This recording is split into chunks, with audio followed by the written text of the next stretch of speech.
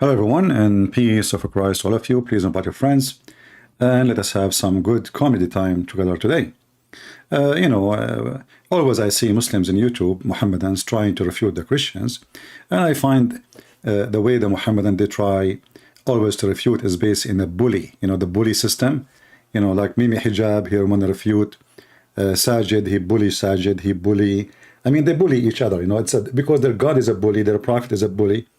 Their God himself, he made a chapter, which is 3 verses, bullying the uncle of Muhammad.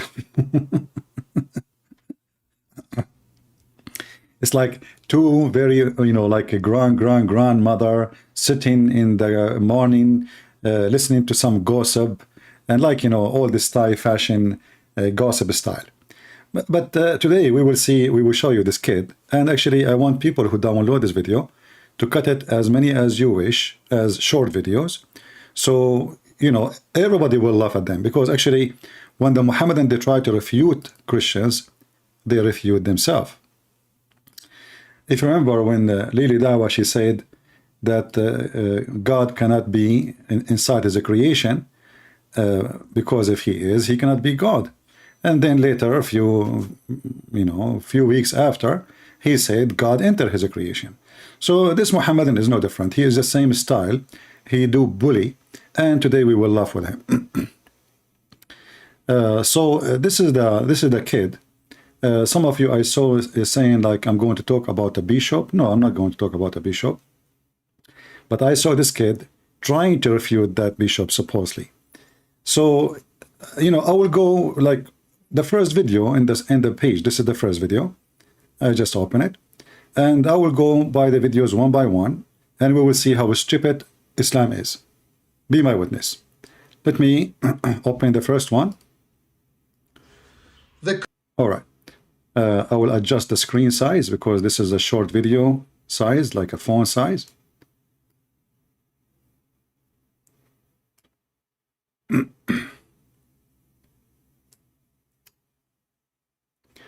So supposedly he responding now to a Christian saying Muhammad and Shahada is nothing but shirk. And let us see what will happen. The current Muslim Shahada is blasphemous.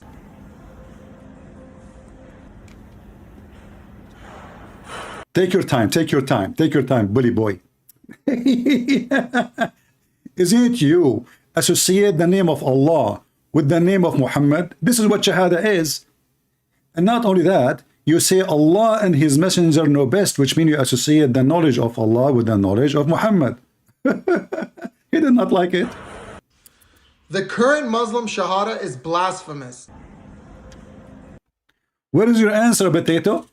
That's it? You move your eyebrows? You sound like Jibreel. Let us go to the second video. Eyewitnesses to Jesus that will just somehow magically believe it. Rumsey, there's a reason why we claim that the Gospels are eyewitness accounts. It's because they are. It is possible that the traditions of Jesus' death by crucifixion, his burial, and his appearances to his followers afterward all go back to historically reliable accounts. Well, they call them Matthew, Mark, Luke, and John because we don't know who wrote these books, and there's no point calling them Sam, Fred, Jerry, and Harry. I mean, they're written by people we don't know who they were. Just to show you how stupid the Mohammedan. Isn't it? This is the same guy who said that Jesus was crucified and buried and dead. So if you want to take what he say, you idiot, then you take what he say. Do you see how stupid you are? Muslims are bringing an atheist who hate God to prove their point. However, potato, so why your stupid God, he approved the Gospel of John? What is the name of the Quran Gospel, or the name in the Quran for the Gospel? It is Injil, and that is the Greek book. Abdul. They were written by. They are anonymous. They are anonymous. They are anonymous. They are anonymous. Conservative New Testament scholar Richard Balcom tells us that the argument that the text of our Gospels are close to the eyewitness reports of the words and deeds of Jesus runs counter to almost all recent scholarship. Oh, and now if we go to the stupid Quran, 600 years after, we will see the stupid Quran says, believing in what is with them. So if those people telling the truth, that means your prophet is a fraud. Here we go. Lima ma'am, and this guy, he claimed that he speak Arabic, so he have no excuse to say, it doesn't say that, CP. This is the Quran, it says, and when a book come to them, confirming what is with them. Confirming what? What is with them. And this is not only one verse or two or three, it's tons and tons of verses. It's all over the Quran. The Quran even saying what is between their hands. لِمَا بَيْنَ يَدَيْهِ. So what is between his hand or their hands. So the Quran again, chapter 2, verse number 91, saying the same. So either you take your stupid Quran over those atheists, or you take the atheist over your stupid Quran. And then we will find out who is the stupid here. And we confirming what is with them. This is the same chapter, the Hindu chapter. Cow, verse number 91. And we just showed you 89. It's the same. Confirming what is with them. What is with them? You see it? Maybe he's blind, like he's a prophet. And we can show tons and tons of verses. Chapter 2, verse number 101. Confirming what is with them. This is the stupid Quran saying that. So why the Muslim, they keep saying the opposite of what the Quran saying confirming what is with them. And now the Muslim, they will say, he don't mean that. He means some of what is with them. So are you saying to me the Quran is a stupid book and the Arabic is short to say some? Your God Allah is stupid to the point he forgot to say some? You know what? Look like your God and Muhammad and Jibreel are three some party. Let us continue. Is that the whole argument he had? Let us see. Number 2.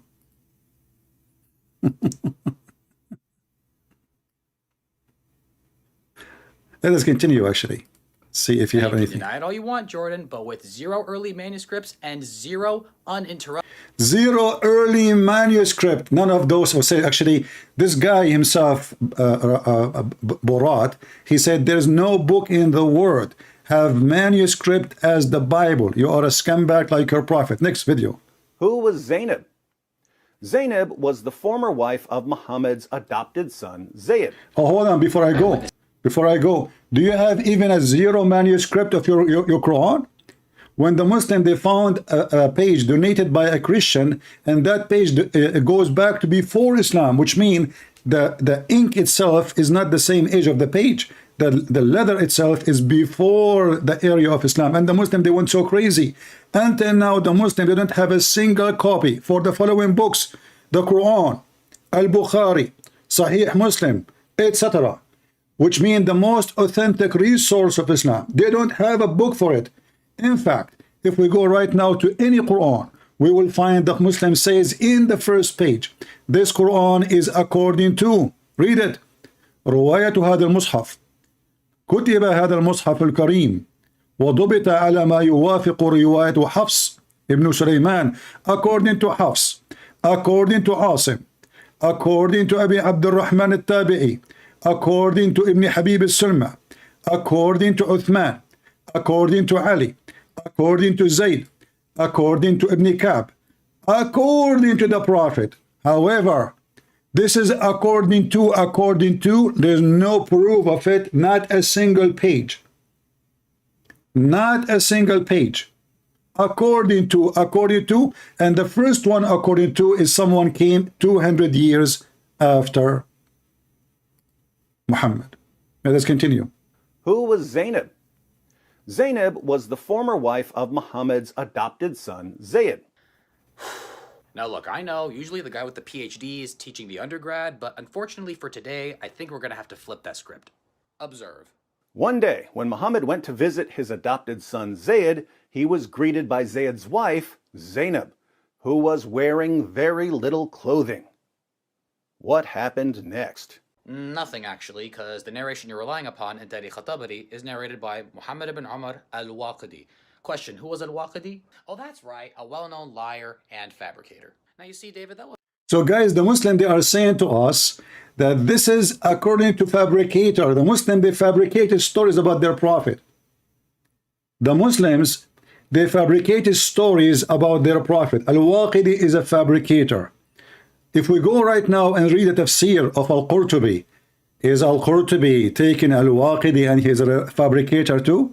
Because if you Muslim take the Waqidi as a source of fabrication and you say this is what happened, that means you, all of you, are mentally ill. If we go right now and we read the story about Zayd, here we go.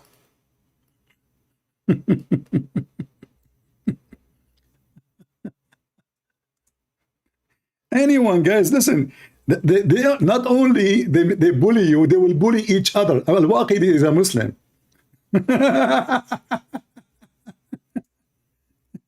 He's a liar. By the way, the Quran you are reciting is coming from Hafs, and Hafs is a liar. Do you want me to show you the same website you are showing me now? The same website you are showing, it says that Hafs is a kadhab. What a potato. Let us go and see if this is a source of trustworthy.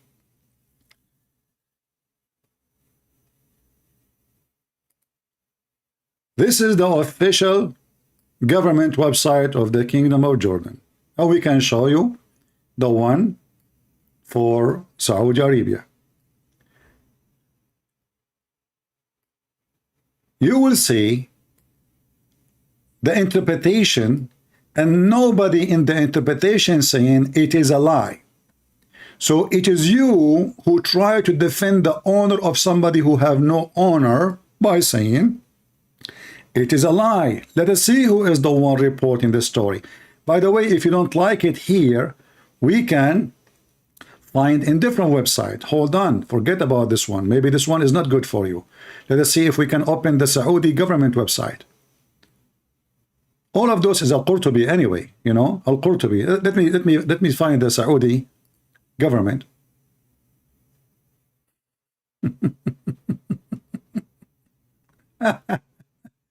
You see how easy this guy is a liar. That's it.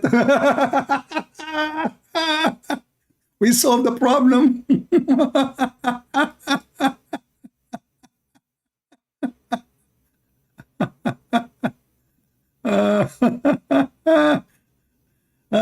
You know, the Muslims are really hilarious. Okay, you know what? This is the official government website of Saudi Arabia. I want you to make a video and show everybody where it says that this is a lie. This is Al-Qurtubi, and there is no Waqidi there. There's no Waqidi there. Potato.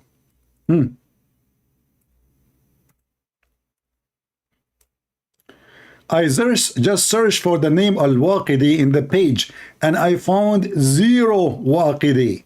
So now what you will do? There is no Waqidi. We need to find a Waqidi to make the story a lie. Here we go. This is Al-Waqidi. We cannot find him. 0 in the search, in the page. So now, your prophet, he went to his own son's wife when she was home alone.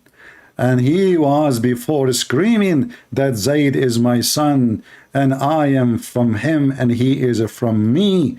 And then Zayd went out of the house, and the prophet, he came to the house, and then Allah, he made the wind lift the curtain, and Zainab كانت متفضلة. She was wearing almost nothing.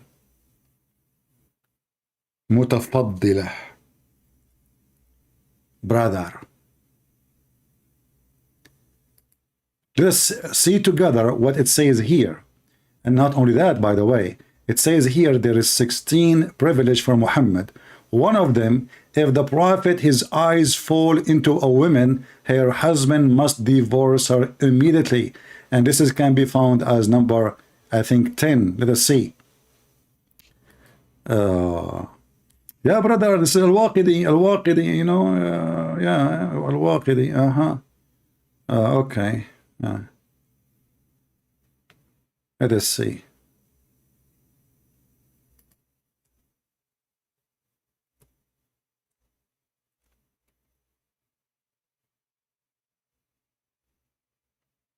Let us see. Here they are counting the privilege of Muhammad. Number 10. If his eyes fall into a woman, her husband must divorce her so the Prophet can F her. Who is saying that? This is not Al-Waqidi, and this is confirming the story. The Prophet, false Prophet Muhammad, he saw the women almost naked. His penis get in alarm, and he said, Subhanallah, Allahu mu'allif al-qulub. So praise be to Allah, the one who flipped my heart for you. And Muhammad here, he blame Allah for him going with the wind, with the lost, you know.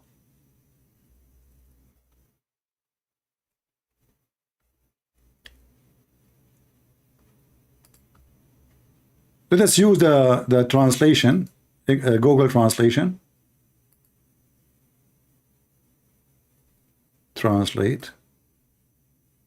All right. If you go to 10th, you will see the word 10th in the page appear twice.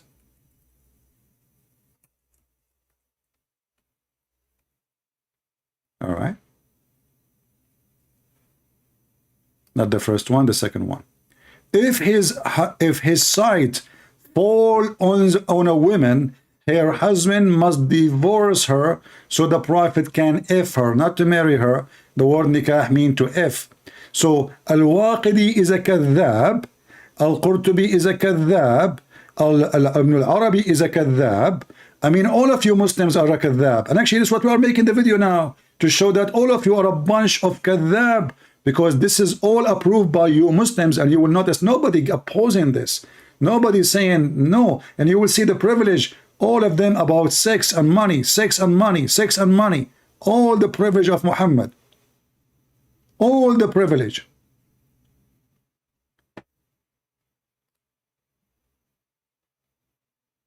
And if you don't like with this website, we can open another website and we can read another translation or even a tafsir, whatever you want. All of them is the same garbage, proving Islam to be a fraud, my friend. So stop trying to defend by accusing your brother in Islam to be a liar. Al-Waqidi is a kadhab. You are a kadhab too. Now, here it says, let us see. This is a commentary about Al-Qurtubi. This is not Al-Qurtubi. Let us open.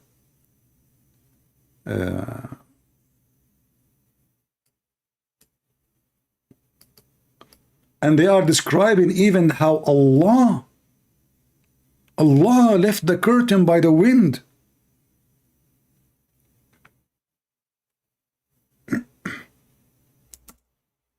And they are describing Zainab that she was big, which means like fat and beautiful.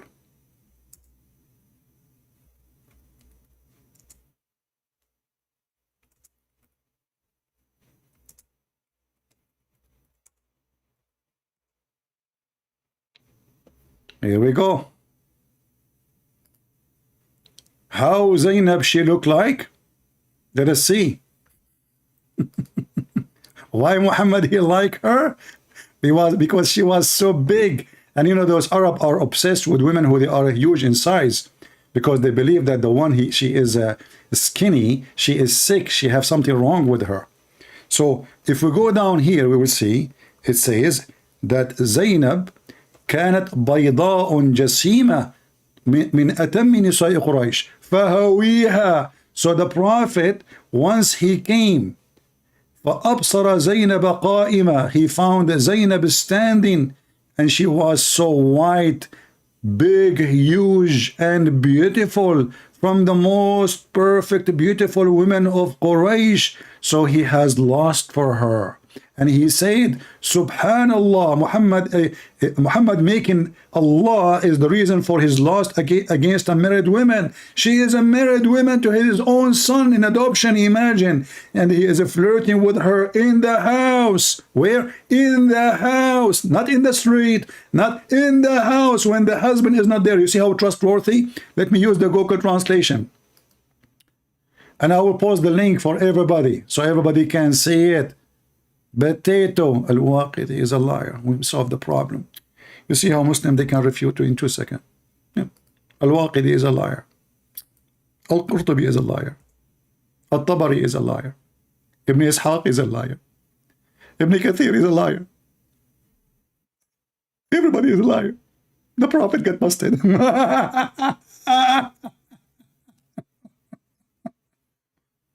Oh boy.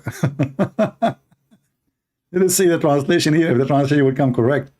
But maybe it's better to copy it, to copy the translation, because I don't see the translation coming right. Not only that, Zainab, she said that each time after the Prophet he flirted with her, each time Zayd wanna have sex with her, Allah, he made his penis swell. His penis, what? This is the miracle of the penis. People take a note. Each time the husband, imagine the husband now, Allah, he preserved Zainab, the wife of the man, to Muhammad to F her.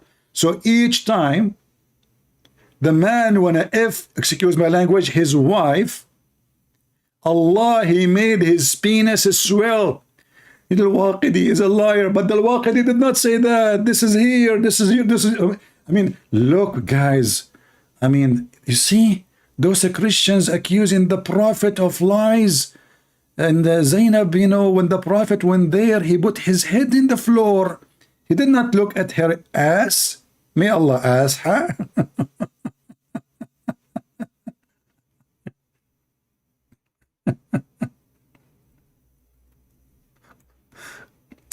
The Prophet was a very good man. Look, Zainab, she was standing. She was white and huge. The translation not coming good.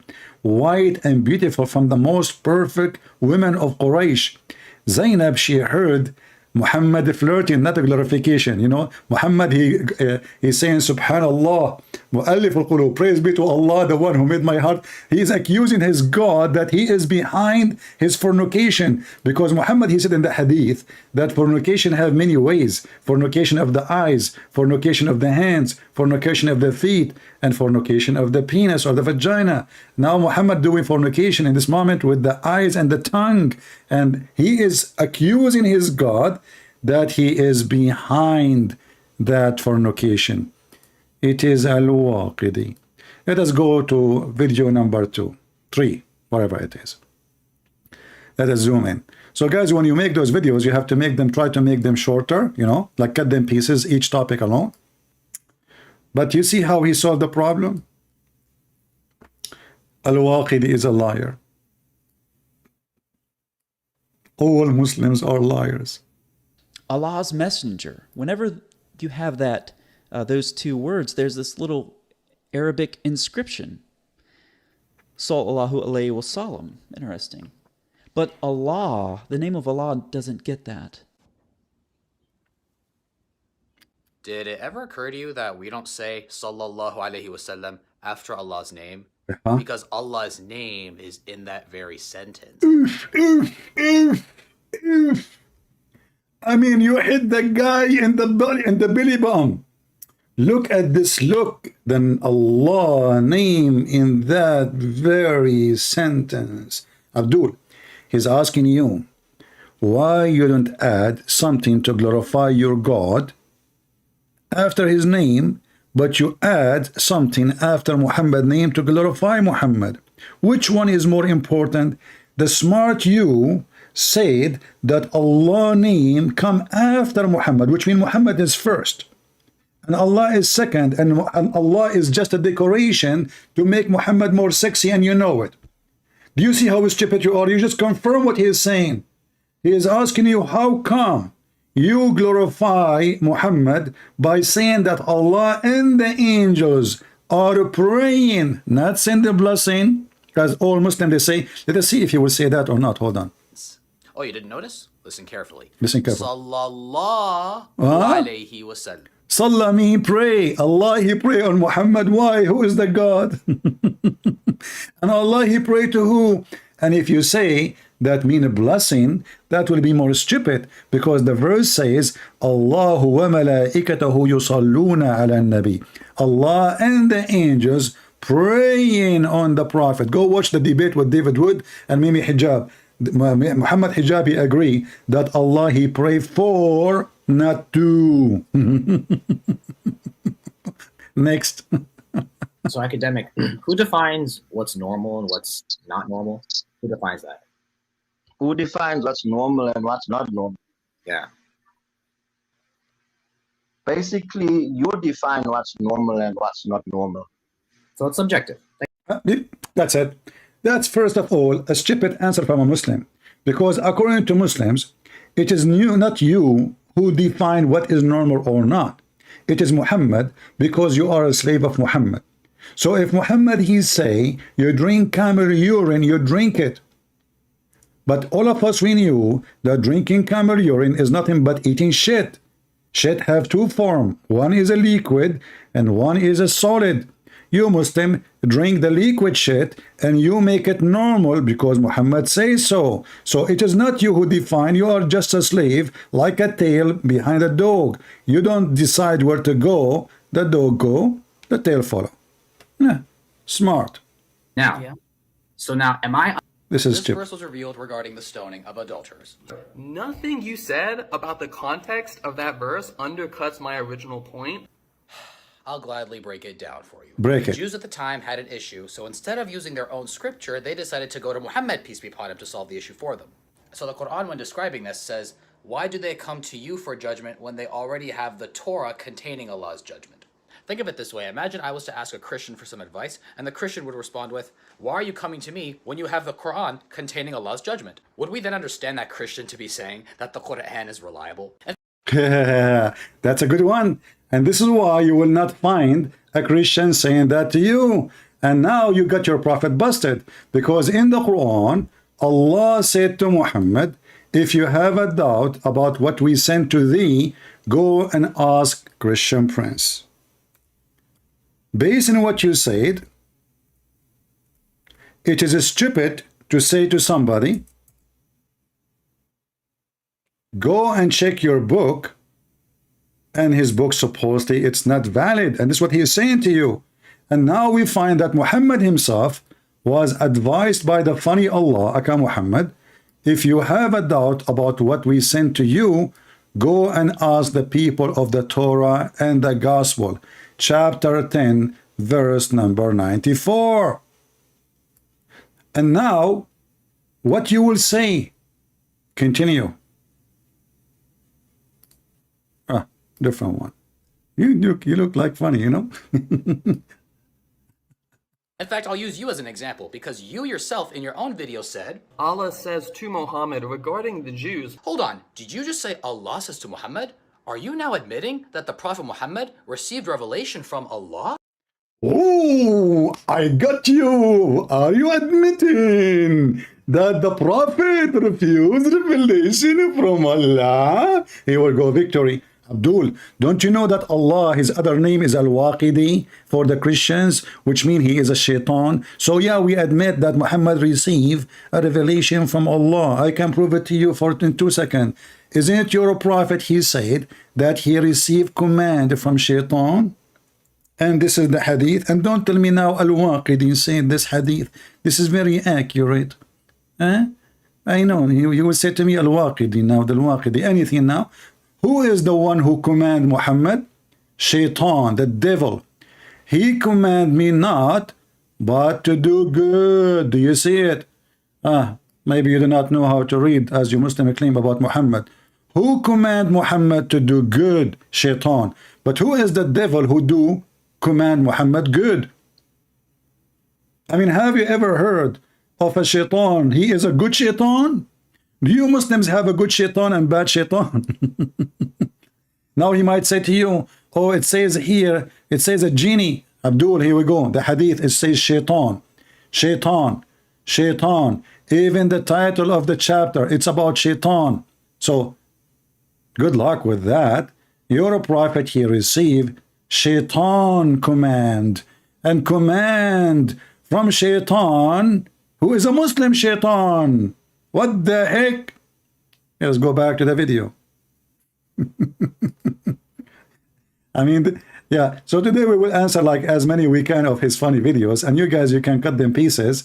It's just for comedy, you know. I don't consider him someone. I mean, it just, we can use him for the benefit of making Muslims leave Islam. So are you admitting that Allah gave revelation? You know, you remind me when Muhammad received revelation during the time he was doing shit. If you open chapter 1 in Al-Fatiha and read the book of Asbab al-Nuzul, let us go there. Shall we? Each time the Prophet, he go out to do poo-poo, he hear a sound of an angel. And he said to him, according to the Muslim, he's an angel. He say, oh Muhammad. And what Muhammad he does? He flee. Read it. And this is what? Now you will say this is a liar too, you know, it's a lie. Each time the Prophet, he get out to do poo-poo, baraza wa tabaraza, we to do shit. He used to hear someone calling him, oh Muhammad, and whenever he heard this, he used to flee. Your Prophet is not even a man. I mean, you see, even when Mary, the angels came to her, she did not run away, and she is a female. Your Prophet, his pant is between his legs, and now he is running, and the poo-poo is coming all the place. And then Waraq ibn Nawfal, who is supposedly a Christian, told him, listen, Abdul, next time you hear the voice, stand in your place, don't run, and ask him, who are you? Do you see it? And now what you will say? It is a lie. It is a lie. We Muslims, a lot of us, we lie about the Prophet, and we lie, and then we put it in books, and then we will publish it in universities, and we teach it to our kids because it is a lie. Yeah, it's lie only in YouTube. But in your school, they teach you that this is what happened. When it's embarrassment, you say it's a lie. In your school, you don't dare to open your mouth. Is that true? Let us go back to the videos. The only prophet who ran away, who received revelation during the poo-poo time, is Muhammad. Oh, I see. You're being rhetorical. You don't actually believe the Prophet Muhammad received revelation from Allah. Yeah. You're just saying that rhetorically because we believe it in order to make a point. Hopefully this helped. This verse was revealed regarding the stoning. Same time, by the way. Here you will see Muhammad about the stoning. The Muslims don't have the stoning. The Muslims didn't have a stoning verse in the Quran. Do you know why? Because the preserved Quran was eaten by a goat. The Jews, they have it. The Muslims, they don't have it. Why? Because the holy goat of Allah, and remember, the Muslims, they say, everything happened by the will of Allah. So who is the one who sent the goat to eat the Quran? Allah. Read carefully. A verse of stoning and breastfeeding for adults. Yummy, yummy, breastfeeding for adults. Oh boy. I don't know how many of you are getting hungry. Oh. Okay. It is what? Breastfeeding for adult in the Quran, where we can find those verses. Abdul, what the heck is that? Breastfeeding for adult? You?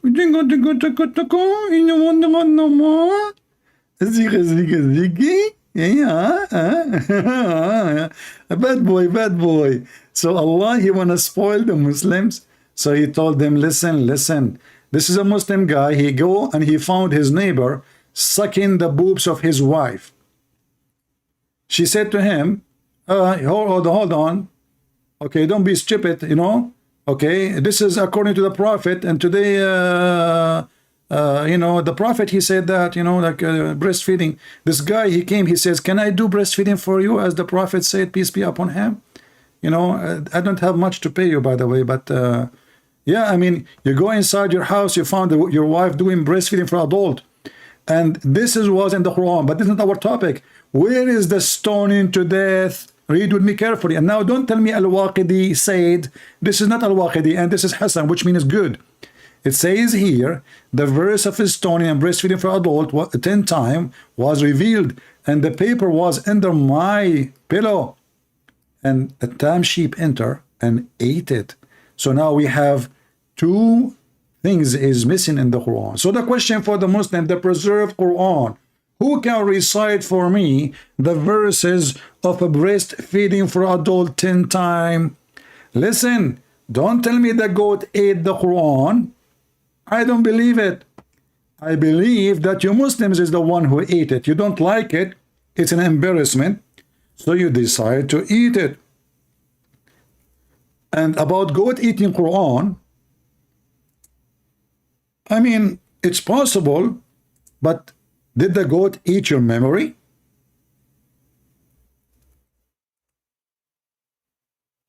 Did the goat eat the memory of the Muslim? The Muslim, they keep bragging about that they do preserve the Quran. By what? By the memory of their heart. All right, the goat, she ate the Quran. Is the goat a Trojan horse who ate your memory? Waiting for the answer. May Allah bless you, goat. You must be a holy goat now, because you have a holy Quran came to your belly and came from your anus. And now the Quran became a fertilizer in the land of somebody. And this is the original Quran. Can you imagine the blessing of the poo-poo of this goat at that day after she ate the Quran? What kind of fertilizer go down in the ground? Do you think people, they collected? Do you think there's a lucky person, he hide it, and now one day he will say it in eBay? Do you think that he will use it for nuclear facility? Do you think that he will see the light of Allah through the fertilizer coming from the poo-poo of the goat? There's many options. All of them, soon they will be in the auction. And anything is embarrassing, they would say it's a lie. It doesn't say that, CP. Yeah. Going back to the videos. Oh boy. You guys, you will have a lot of videos to cut, huh? So now today we will make you have like 100 video maybe to cut short and post them online. Okay, let's go to the video number. What happened? Why the page of now? So this verse was revealed regarding the stoning of adulterers. Nothing you said about the context of that verse undercuts my original point. I'll gladly break it down for you. Yeah, we answered this one, but for some reason the page is not opening. I don't know why. The page is stuck. I'm not sure why. Let me see. It's not flipping down. What happened? Let's refresh the page. Okay. The greatest and most common cause of curses in people's lives is breaking the first two commandments. In fact, this is not his page, so let us skip this one. Hold on. Where is this verse was revealed regarding the stoning of adulterers.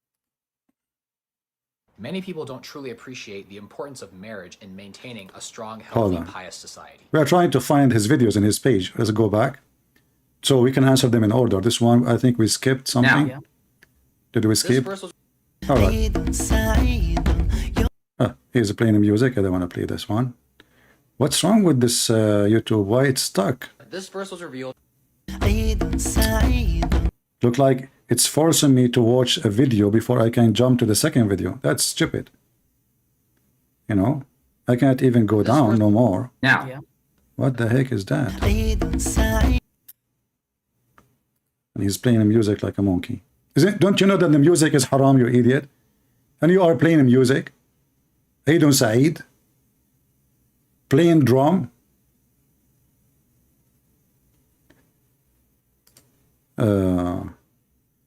Well, let us go back to his page then, and choose one by one, because obviously the page is not letting me go through. All right.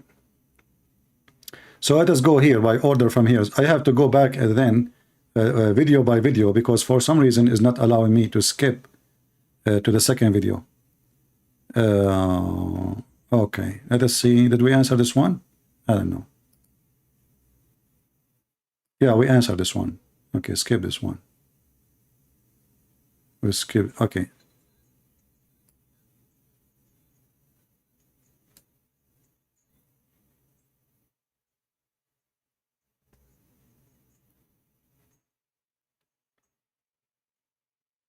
What?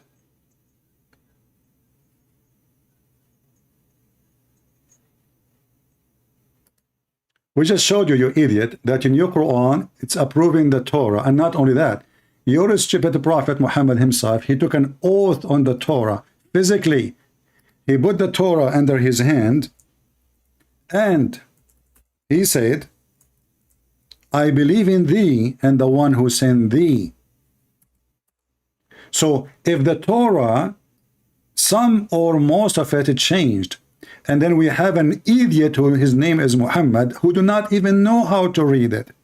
He grabbed the Torah and he even take the cushion from underneath of him, show respect to the corrupt book, and then he placed the Torah, which according to you the corrupt book, over the cushion, and then he put his hand on it, and he is holding the Torah now, saying, he said, bring the Torah. Then he would draw the cushion from underneath of him, and he placed the Torah on it, saying, I believe in thee and him who revealed thee. So Abdul, as long as you stupid Muhammad and keep saying the Torah and the gospel is corrupt, the stupid Muhammad was being hypocrite. Don't you agree with me? Because the one who swear in a corrupt book, saying I believe in thee, he is nothing but a fraud. I will never swear in the Quran, because I know the Quran is not only corrupt, you cannot corrupt the corrupt. I mean, from the beginning, it's a garbage. So when Muhammad, he take the book, and this is 600 years after Jesus, and he placed his hand over. There's no sound? Oh, sorry. No problem. We will play his voice again. But I think you got my what I'm saying. So he's saying, the guy in the video, he said that the Bible little bit, maybe there's a little bit of change according to him. Let me put him in the video again. Okay.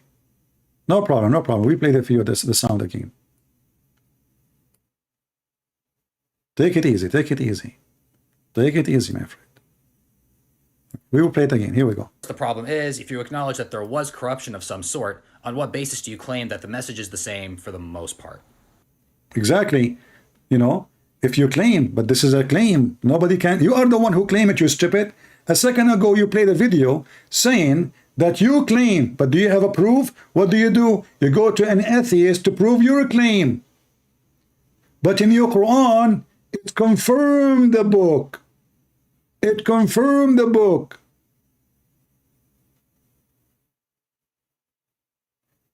In Al-Baqarah chapter alone, there's tons of verses, not to forget to mention the other verses. And now, if we ask the Muslims, is the Quran corrupt? They will say no. Correct? Well, show me one Quran, agree with the other Quran. Not translation. I'm not talking about translation. I'm talking about Arabic Qurans. You will find a lot of differences between them. Actually, in fact, even the Quran of Hafs himself have a huge difference opposing Ibn Masood. As an example, if you remember, where in the Quran it says, وَالشَّمْسُ تَجْرِي لِمُسْتَقَرٍ لَهَا, and the sun run to its fixed course.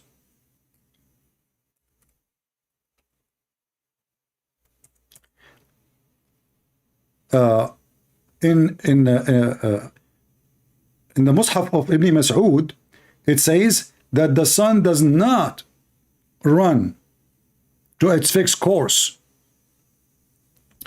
This is chapter 36, verse number 38. Let us go to Ibn Kathir, 36:38.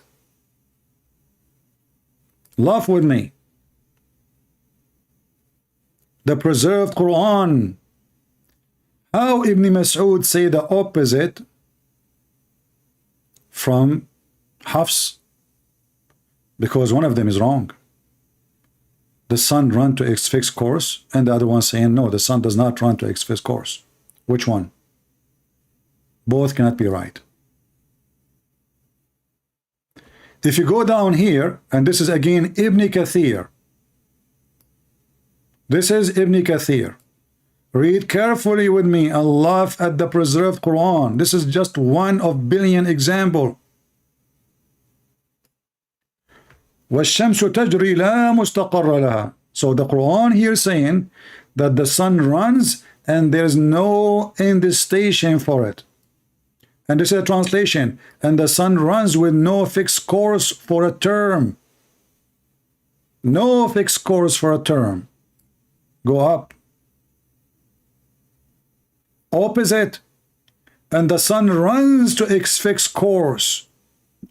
Which Quran is the true Quran? The one run to a fixed course, or the one does not run to a fixed course? Here, again, you will see different Quran. And the Muslims are confused which one of them is the true one. They don't know. So they have to put them both.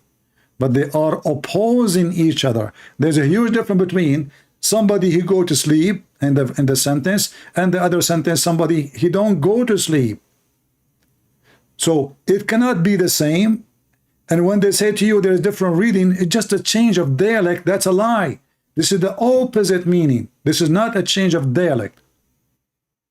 And what dialect? Ibn Masood, he lived in the same town where Muhammad lived. So why every Muslim would have a dialect when it is a small town of Quraysh? You know, when you hear Muslim talking about 7 letters, you would think that we are talking about a China who have many ethnic group. This is a small tiny village. It's called Quraysh. What dialect? And who is the one who asked for 7 recitation for the Quran? Muhammad. Do you have them? Can you recite them for us? Is the verse about stoning to death and breastfeeding for adult is gone from all the Quran, or only one Quran?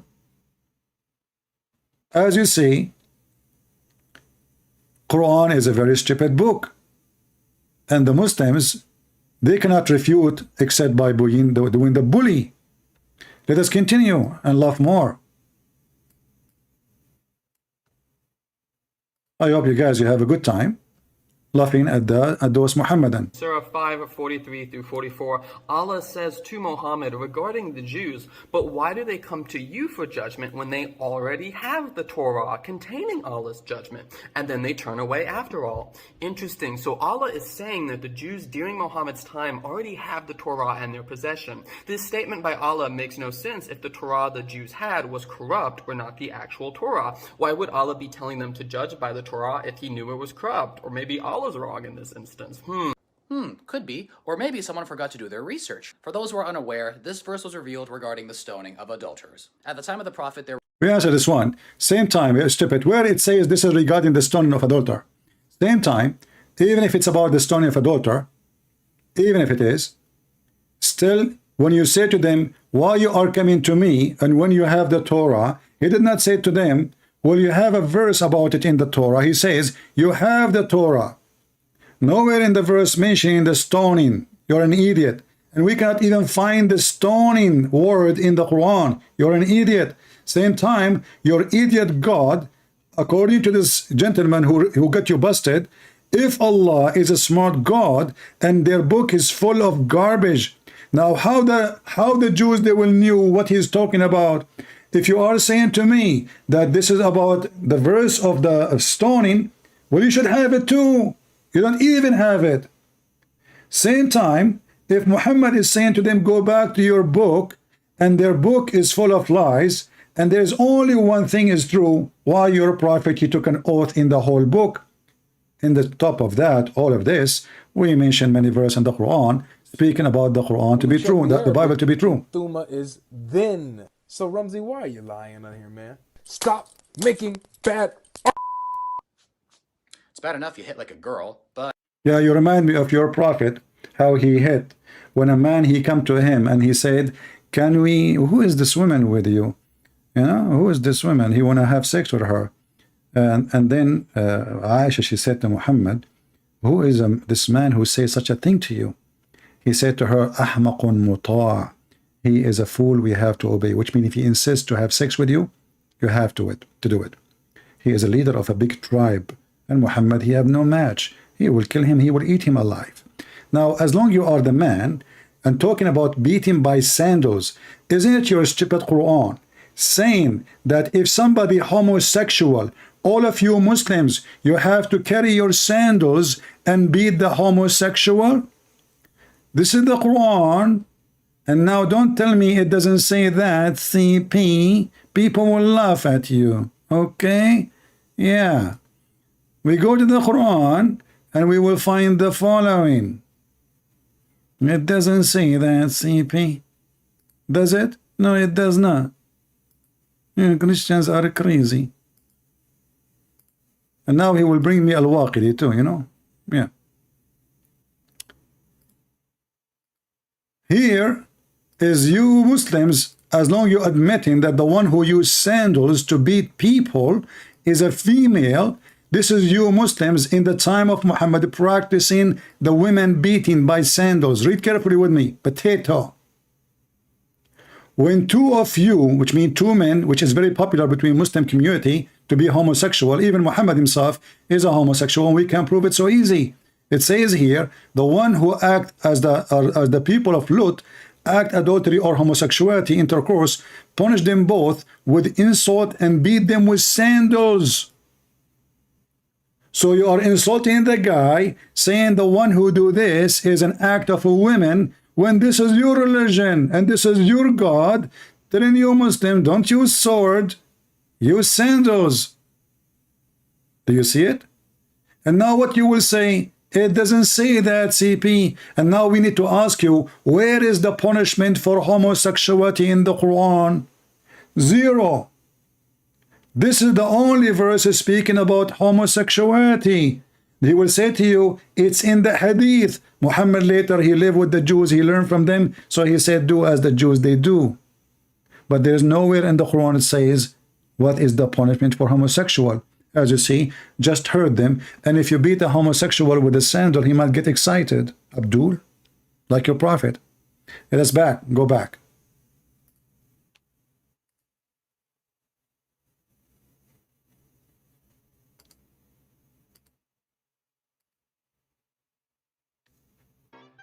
Here he's playing cartoon too.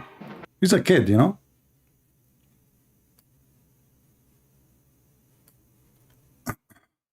I don't know why this is stupid YouTube keep, you know, like freezing. Let us go. Skip. All right. Now we go back to the video Check the here. Arabic, Thumma is then. So Rumsey, why are you lying on here, man? Stop making bad. It's bad enough you hit like a girl, but now I guess I gotta teach you Arabic and English. Mm-hmm. The word then doesn't necessitate a sequential order, nor does the Arabic word thumma. Chapter 19, verse 70 uses the word thumma and reads, then surely it is we who are most knowing. What do you know? The Arabic word thumma and the English word then both don't necessitate sequential order. Let me get you busted, potato. This is an official Islamic teacher. He teaches Arabic. It's called Learn Quran. Learn Quran. Learn Arabic Quran. And this is Thumma in his video. And this guy is not a Christian. He is a sheikh. Thumma is a conjunction that usually indicate order and extensive period of time, which means there's a long distance between the one before it at a time, long time, before the one before it and the one after it. And it's used specifically to indicate time, not only just order. It have to be about something happen while after, not right away. Actually highlight the difference in the light of another conjunction, which is the fa. So fa is a conjunction that usually indicates order as well. So they highlight the difference in the light of another. Usually indicates order. So it joins between two things and it indicates order between them and an extensive period of time. We'll explain what that means in just a second. Just prior to giving the example, we need to actually highlight the difference in the light of another conjunction, which is the fa. So fa is a conjunction that usually indicates order as well. So they both indicate order. The difference is that thumma indicates an extensive period, while fa indicates a brief period. So who is the stupid who want to teach them Arabic? You remind me of Mimi Hijab, who want to teach Arabic and Hebrew to David Wood. Haha, I know this is coming. I'm going to teach you Arabic and Hebrew. And what? Elijah mean God is with us. So the potato you who's trying to teach somebody Arabic, obviously you do not know Arabic. And that will make Islam funny and stupid. Why? Because if we go in the Quran, we will find the following. When Allah was creating the earth and the heaven, the idiot Allah, he keep using the word thumma. Read with me and laugh.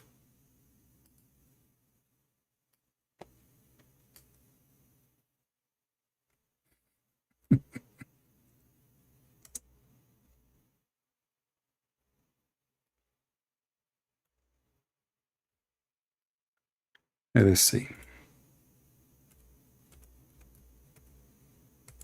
You see, the Muslims, they want to teach you Arabic, brother. I mean, what you can say, you know, what you can say.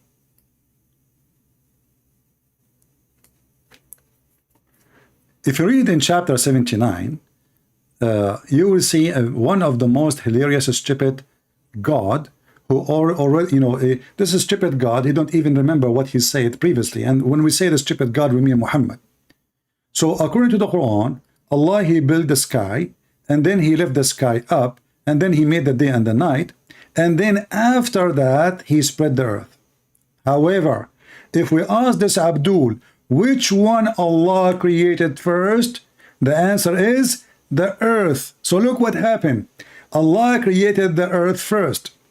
And this is more stupid ever to say, because if you create the earth first, shouldn't you create a space for it? Potato, isn't it the sky is the space? So Allah created the earth first, and then he did not finish the earth. He went to make the sky. He finished the sky, and then he came back to the earth, and now he made the earth flat. And then what happened? And he started doing those things as you see, one by one. But you know, what is the problem? If you go to different verses in the Quran, you will find that the stupid Allah, he forgot, and he is saying totally the opposite.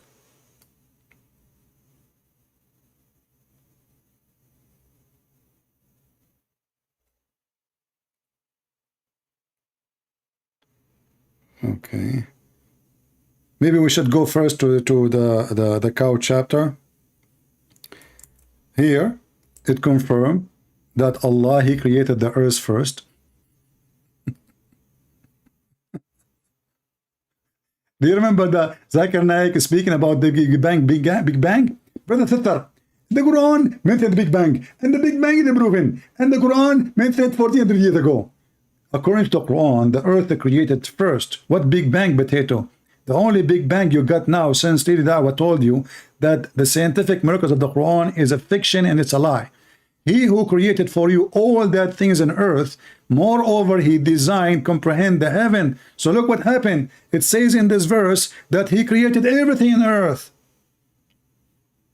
But the other chapter saying no.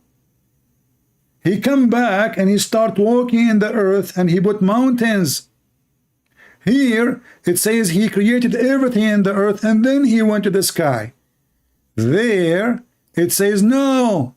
He created everything in the sky. He left up the sky. he made the stars and the moons and the day and the night, and then he started working the earth, and then he created water and grass and trees, and then he put mountains. Are we done? No. Let us go to other verses. The stupid Muhammad gift keep coming. He never ended, brother. If we go in the Quran, where it says,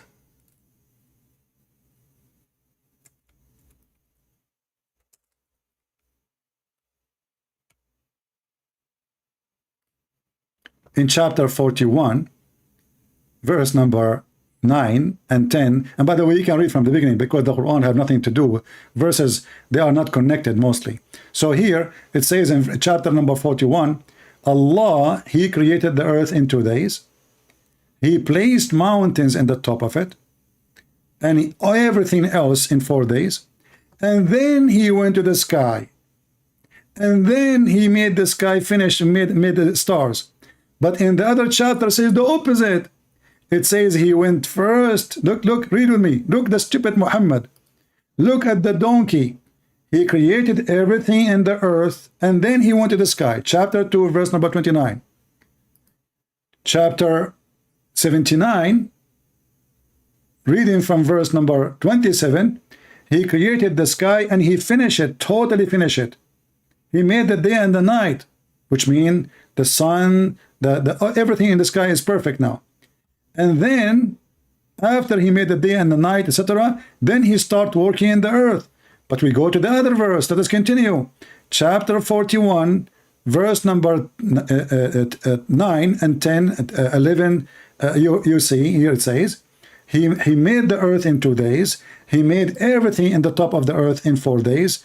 Then he went to the heaven, and he started working in the heaven, and the heaven was a smoke. And then he made the day and the night and the stars, and that is the last thing to do. So who is the stupid here? Which one Allah created first? The stars or the mountains? The stars or the water? The stars or the grass? Stupid Muhammad, he don't remember which one he created first. Let us go back to the video. Shall we continue, guys, or do you think he is worth to continue, or you are enjoying the comedy? What do you think? Should we be more merciful on him? I mean, this guy will become the joke of everybody. And as you see, we showed them. Here we go. Let me give you the link of Thumma. This idiot, he is saying Thumma does not mean next. This is stupid. He claimed that he have knowledge in Arabic. This is the link. This is the link. And this is a Muslim, this guy, he is very, and he made videos to refute me too, supposedly. This is what Thumma mean. Thumma mean long after. Long. And this is why actually I wanted to use it here in chapter 41. You will see Allah, he is using Thumma. Allah in verse number 10 and verse number 9, he created the earth in 2 days, and then he did everything in the top of the earth is 4 days. This is 6 days. Now the Muslim, to fix this problem, they say to you, no, this is 4 days including the 2. That will be stupid. You mentioned already the 2, so there's no point to mention the other 4 if they are not other 4. Do you see the stupidity? But to fix it, Muhammad obviously he made a mistake. 2 plus 4, that's already 6, and then plus 2, that is already 8. But the Quran says in many places Allah created the earth and the heaven in 6 days. But look what happened here. Here it says Thumma stawa ila sama. Thumma, the Muslim translated as then. That is a false translation, because Thumma mean long period of time, not right after. Then is right after, but it's not. But even if you use it as then, that is a contradiction for the other verses in the Quran. Then, again, then. But as you see, we showed you how the Muslim themselves, they explain it, saying that this is nothing but Thumma, as long period. Let me put it for you on the screen again. In Arabic, if you want to use something for short term, Next conjunction, you say fa. Fa is a letter you add it to something, and that will make it, you are telling that something after, right after happened. If you use the word thumma, as you see the Muslim Abdul saying in the video, it's a conjunction that is usually indicate order and extensive period of time. Isn't it nice that the Muslim, they make videos on YouTube so we can use it to defeat Islam? Honestly. I mean, if those Abdul themselves, they are not making those videos, people, they might say, okay, you know, this is a Christian saying such a thing. What if he is lying? Maybe he is not saying the truth. Maybe he is making other things up. But as you see, we are using the Muslim videos. Revelation that Muhammad had 500 years after Jesus, which obviously means Muhammad never met Jesus. Do these missionaries think God has a bad memory? Since God doesn't forget, it wouldn't matter if he sends a prophet 500 years later, 600 years later, or 6 million years later. Stupid. You are a low-class IQ potato. The guy saying to you, if I will go with you now, your God have a strong memory. But don't you think your God, his memory is so slow to the point, he wake up 600 years after Jesus to remember that he should have sent a man, his name is Muhammad. So the stupid you, claiming that your God have a strong memory, but the strong memory of Allah did not get activated until 600 years pass. And, oh, I forgot, man, I forgot. The Christians, they are worshipping the wrong God for the last 600 years. Man, I should put note in my screen. You know what? I have a note here. I have to do breastfeeding for adult 10 times. Okay, what is this note here? This note is says Muslim should drink camel urine. I remember that. Okay, what this note here? Oh, a Muslim woman, if she divorced 3 times, she have to F a new husband before she come back to the husband. What is this note here? Oh, this is note dirty. It's so old. Where I don't know. Oh, this note is 600 years ago. Hey, Allah, don't forget, you idiot, to remind the Christians that they are worshiping the wrong God. Jesus is not God, okay? Huh? Man, I forgot it. Man, covered by dust. I apologize. I apologize. So the stupid you, instead of saying the opposite, that your God obviously don't have a good memory, your God is an idiot. He slept for 600 years, and not only that, Allah is the one who deceived the Christians. We will see that later. Let us see next video. Revelation that Muhammad had. This is a stupid video. I had so many dreams in my life. I know what dream is, and I know what real is. And this was far from any kind of dream that I can ever imagine. I'm just curious to know if it actually gave you an intellectual reason as to why Islam is false and Christianity is true. But you know what? I want to go with you. So when your prophet, he was squeezed by the angel Jibreel. And even Jibreel did not say, I am angel. And he did not even mention his name. How your prophet, he noticed that Christianity is not true? I mean, the Jibreel, he just squeezed him. And nowhere in the Quran it says that Christianity is corrupt. Or what the Quran is saying, that the Christian, they believe in Jesus, that he is a son of Allah. But we don't believe in Allah, and the Quran itself contradicts itself, saying that the Christian believe that Jesus is Allah. If we go to the stupid Quran, you will see how stupid Muhammad is. Muhammad is so confused. Have you ever heard of somebody think that the Trinity is Mary versus Allah versus Isa? In the same time, the same stupid God, he claimed that the Christian believe that Jesus is a son of Allah. But the same Muhammad, he believed that Jesus is Allah. He believed that the Christian believe in that. All right? So look with me.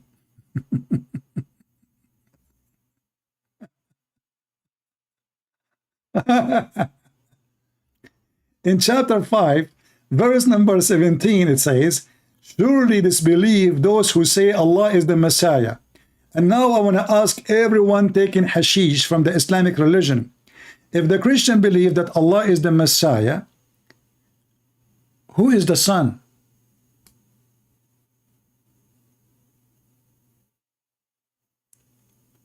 Guys, are you with me? Do you see the stupidity? If Allah is if the Christian believe Allah is the Messiah, Where is the Trinity?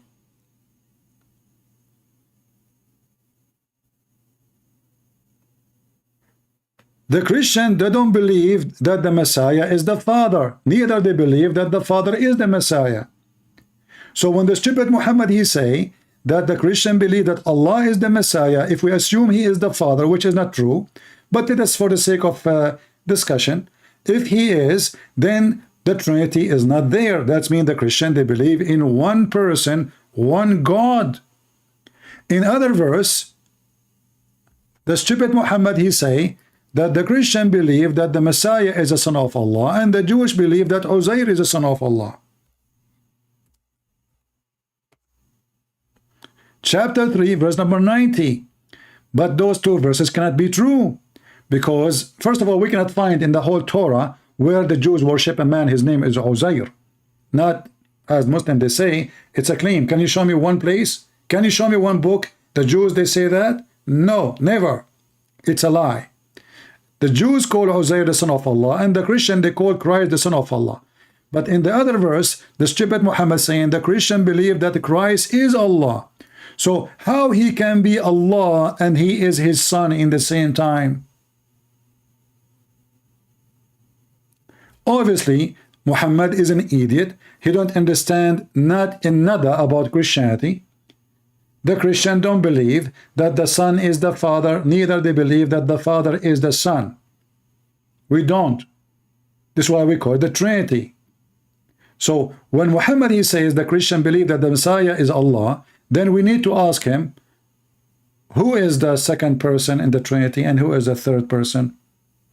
The Messiah is Allah now. If this is what the Christian believe, so who is the second person and who is the third person?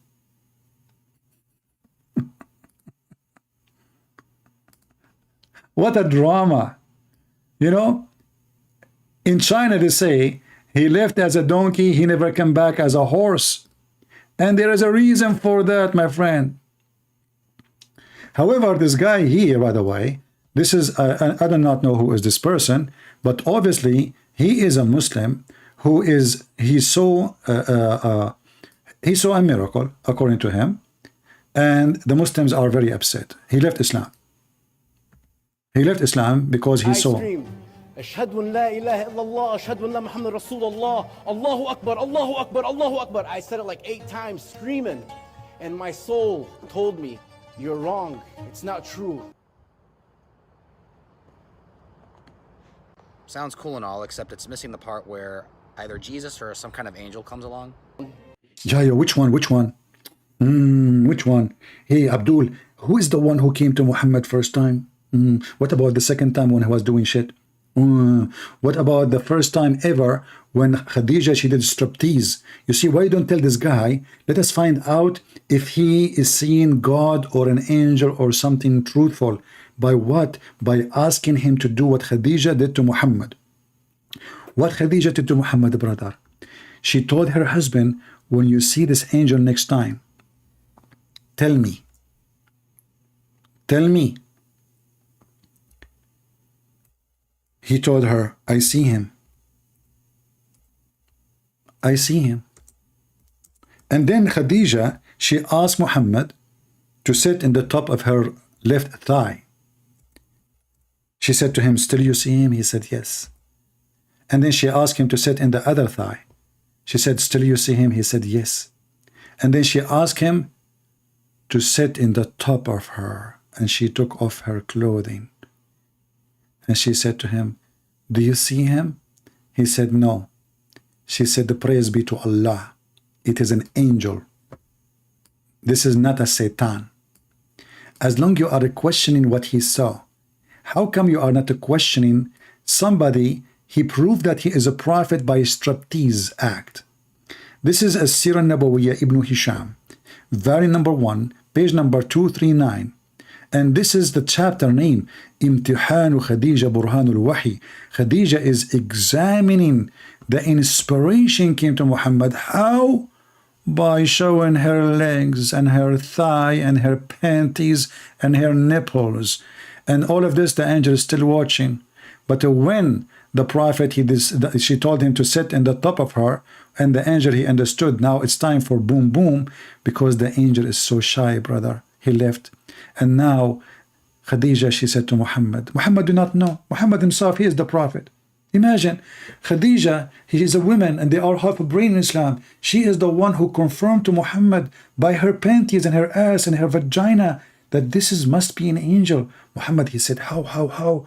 I don't understand. She said, listen. If this is Shaitan, he would love to sit there watching us having sex. Shaitan, he like porn. Angels don't. Oh. So when he sat in the top of her first thigh, she asked him, still you see him? He said, yes. You know, okay, my cousin, sit in my left thigh. Okay, here. Muhammad, he's like a baby. Okay, cute puppy. So she said to him, hey, Messenger of Allah, do you still see him? He said, yes, I see him. She said, okay, sit here in my right thigh. And Muhammad is moving like a puppy from a place to place, like a kid. And she said, do you see him? He said, yes. And then she said, he turned and, okay, turn now and sit in my lap, okay? Face me. Okay, let me take off my bra and put your hand here.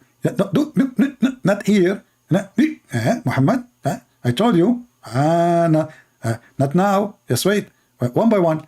Put your hand here, okay? She said to Messenger of Allah, do you see him? And he sat in the top of her. He said yes. And then she took off her clothes and she said, do you see him? He said, no. She said, the praise be to Allah. This is an angel from God. Okay? So you are questioning that guy because he's so light, and the light spoke to him about Islam to be fraud. And as you see, he's an Arab. He's born as a Muslim. There is no reason for him to lie about what he saw. And now he decided to become a Christian. And now you decide to bully him instead of showing him something useful, maybe, to prove to him that he is seeing Satan. And as you see, the guy was shouting Allahu Akbar many times. So your prophet is a liar then. Because if your prophet telling the truth, isn't you Muslim supposed to, when you shout Allahu Akbar, the enemy of Allah, Shaitan, he will be terrified? So how this Shaitan who came to this man, you are claiming that he is Shaitan, not an angel, how come he shout Allahu Akbar many times and still Shaitan is not running away? Do you think Allahu Akbar expired? Like, all I see is this white light flying around me in circles fast, and I'm falling. I knew it was my guardian angel. Right on schedule, the angel shows up and tells you Christianity is true, eh? Amir, you have to listen to me. You have to tell him he can still hear you. Tell Jesus to save you before your soul leaves your body. You know what? You got me. Hi, excuse me, where's the pool? I need to get baptized. Oh, okay. Just to show you that you are a stupid donkey again. You are making bully of something your prophet could not perform. When they ask Muhammad, hey Muhammad, you are trying now to act like a Christian and trying to be the same as the Jew. So how come you don't have baptism? What Muhammad, he said, you are an idiot. You do not know what the Quran teaching, don't you? That baptism in the Quran. Here we go. According to Muhammad, Allah is the one who do baptism to Muslims. If we go to the stupid Quran, chapter 2, verse 138,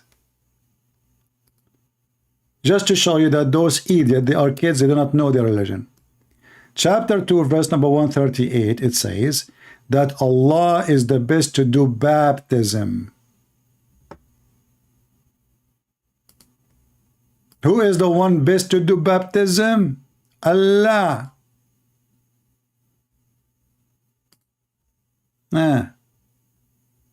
Muhammad, he could not do baptism. Where is the verse? Hold on. Do you see it, Abdul? I want to jump in the pool. So baptism, so you are trying to bully Christian now that we have a pool and we jump in it and this is baptism, Abdul? Well, wait. I want to show you the pool of your prophet, because you should follow the steps of the prophet, because he used to jump in the pool too. Let us see the pool of Muhammad. Can we? Yes, brother. Sure. Here we go. Your prophet, he used to jump in a small tiny pool, have dead dogs and women blood from period. Now I will be happy, proud of you that you are following the steps of your prophet if you do as he did. Your prophet, he has his own pool. Read carefully. He, the prophet, people, they ask him, hey Muhammad, what are you doing, man? You jump in water, have dead dogs and women blood from period and garbage thrown in it. This is the pool of Muhammad. Takbir. What is the pool of Muhammad? Little jacuzzi in the size of the dress, as Abu al-Khudari he mentioned. He measured it with his abaya. Very small tiny body of water, and this is not running water. Remember, this is Mecca. People will never throw garbage in water if it is good to drink. They will never do that. This is water coming from the people, you know, in the old villages. Until now, actually, many places, they still wash the dishes behind the door of the house. And then they have little hole, and at the door go out to the street. And there's little tunnel will go to the lower point in the town. And this is where the sewage will be. Here, Muhammad is taking shower in his sewage, claiming that water is always pure. And nothing make it not pure. So as long you want to jump in the pool, can you please take a video, bring many dead dogs, and they have to be dead bodies, remember, not just died now. I mean, you know, as you see, even the hadith says stinky. You see the word stinky? It's not me even saying the word, you know, it says stinky, you see? I don't know if you know how to read English. Stinking, you know. So the prophet now preparing himself to pray to Allah, and he is jumping in a stinking water, have dead dogs and women blood from period. And this is explain why Prophet Muhammad's skin was so hilarious, so white. I think the dead dogs, they act like a bleach. And Muhammad, he was, imagine himself going to the beach. And the women rags for period, he wore them like a bikini. And he lay down and he said, this is what is going to be the future of the burkini. What a beautiful prophet, clean prophet. And according to the prophet, water is always pure and nothing make it impure. But isn't it piss? 95% of it is water. Potato. What is piss? How much water is in the piss? And what the difference between piss and this? Muslim don't accept hadith. Guys, here we go. This Muslim, he refuted me again. You see how Muslim, they refute anyone? Anything you say, in a second, they will give you a refutation. Listen. Look what Zayd. This is Zayd, the husband of Zainab, the one Muhammad, he used to sleep with her when she is married to Zayd.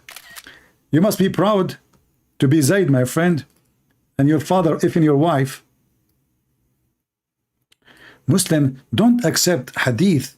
Only sahih ones that were narrated by a group of Sahaba. Well, you idiot. This is Ibn Sa'id al-Khudari. This is Sahaba. And here it says Sahih. Do you know how to read? Sahih. So what we will do now? It says Sahih, brother. We. It is Sahih. We. So he tried to escape, you know, the embarrassment. Anything you say to them, they would try to put it down. It's not true. It's not authentic. I mean, yeah, we Muslims, we lie a lot about the Prophet. You know, Muslims are a bunch of liars, and they cannot wait to lie about their Prophet. But it says Sahih. This one it says Hassan. This one it says Hassan. This one it says Sahih. Look. I mean, it says Sahih, but it's not Sahih. It says Sahih, but it's not Sahih. So in Islamic books, when the Muslim they say Sahih, they mean it's not authentic. Yes, sahih mean authentic, but they mean the opposite to confuse the enemy, brother. How deep it is. So he wanna jump in the pool. Shall we continue or enough for have mercy in this guy? Maybe next time we can continue. Let us open Skype and see if there is anyone. But we gave you enough videos to laugh at him and what he is saying. And maybe he will repent and be honest a little bit. You want to jump in the pool, you idiot? Well, we made you jump in the pool. Here we go. Your prophet, he jumped before you.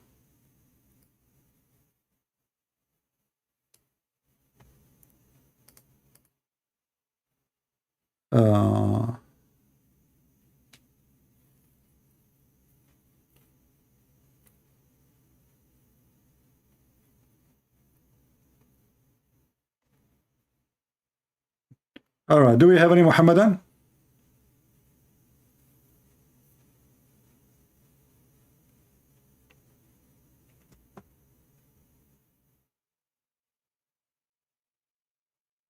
Any Muhammadan here would like to join us? And you know, we know how Muslim they can refute us. You know, like, you know, you ask the Muslim a question, it's very easy to refute the Christians. Very easy. You know, like, okay. It's very easy. From Holland, when Allah mentions in Surah Al-Qalam that He has a shin, a leg, يوم يكشف عن ساق ويدعون إلى السجود فلا يستطيعون. This shin, this leg, belongs to Allah. And the authentic hadith in Al-Bukhari confirms this. Someone is saying to me, don't run like Sam from Uthman. Our friend, give me Skype of Uthman. I will call him right now. Let us see who is the one running away. I challenge you to give me the Skype of Uthman now, and I will call him immediately. I keep asking it for the last year, and you Muslim, you don't dare to give it to me. So instead of wasting my time, inshallah, the enemy of the truth, Uthman, is a potato. You do not even know his book. He will never even dare to say hello to me. And this is my challenge for you, potato. Who is the Muslim will dare to give me the Skype address of Uthman to call him? All what you need to do, give me his Skype. I will call live on air in front of you. Now, tomorrow, the day after, all of you are potatoes. You keep asking me to debate Uthman, but Uthman never let me call him. How I'm going to debate him? You potatoes, your Uthman is a joke. And he knew his size. This is why he will never get close to me. And when you say to me, Sam did run from Uthman, I don't think Sam will run, but maybe he will not go and talk to someone low. For me, I don't mind. I take all kind of garbage. I don't mind, you know. Somebody have to clean the garbage. And that's me. So I don't mind, my friend. Let us see.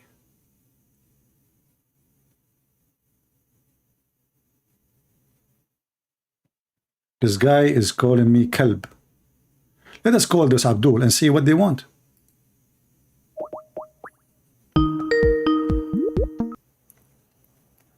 Hello?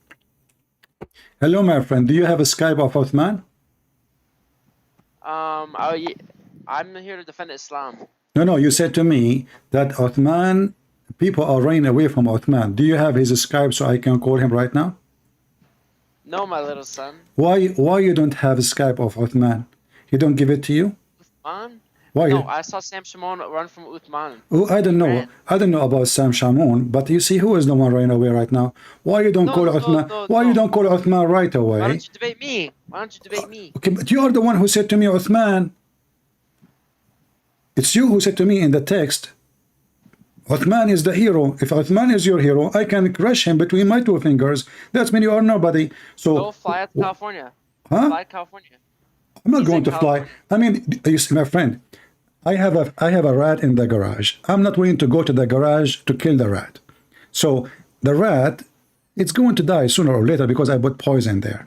So why I want to do that when I can kill all the rats in the world without going anywhere? So you're Wallahi, bro, you've never defeated anyone in a debate. okay. Hold on. Let me ask you. You see, in the front, hold on. In the front of us, we have a video about a person asking a sheikh about refuting the Christians. The Christian make fun of the Muslims, saying Allah have legs, He have hands, He have etc. How you can refute the Christian when they say to you Allah have body? It's metaphorical. You have to go to the original Arabic. Do you speak Arabic? Yes. Okay, where it says metaphorical. Where it says metaphorical, which book we can see that Allah have hands, it's metaphorical. I don't know which hadith or which surah. So how you are answering without knowing what is the question? You don't even know what it is. I've heard this argument before. Okay, so you heard argument.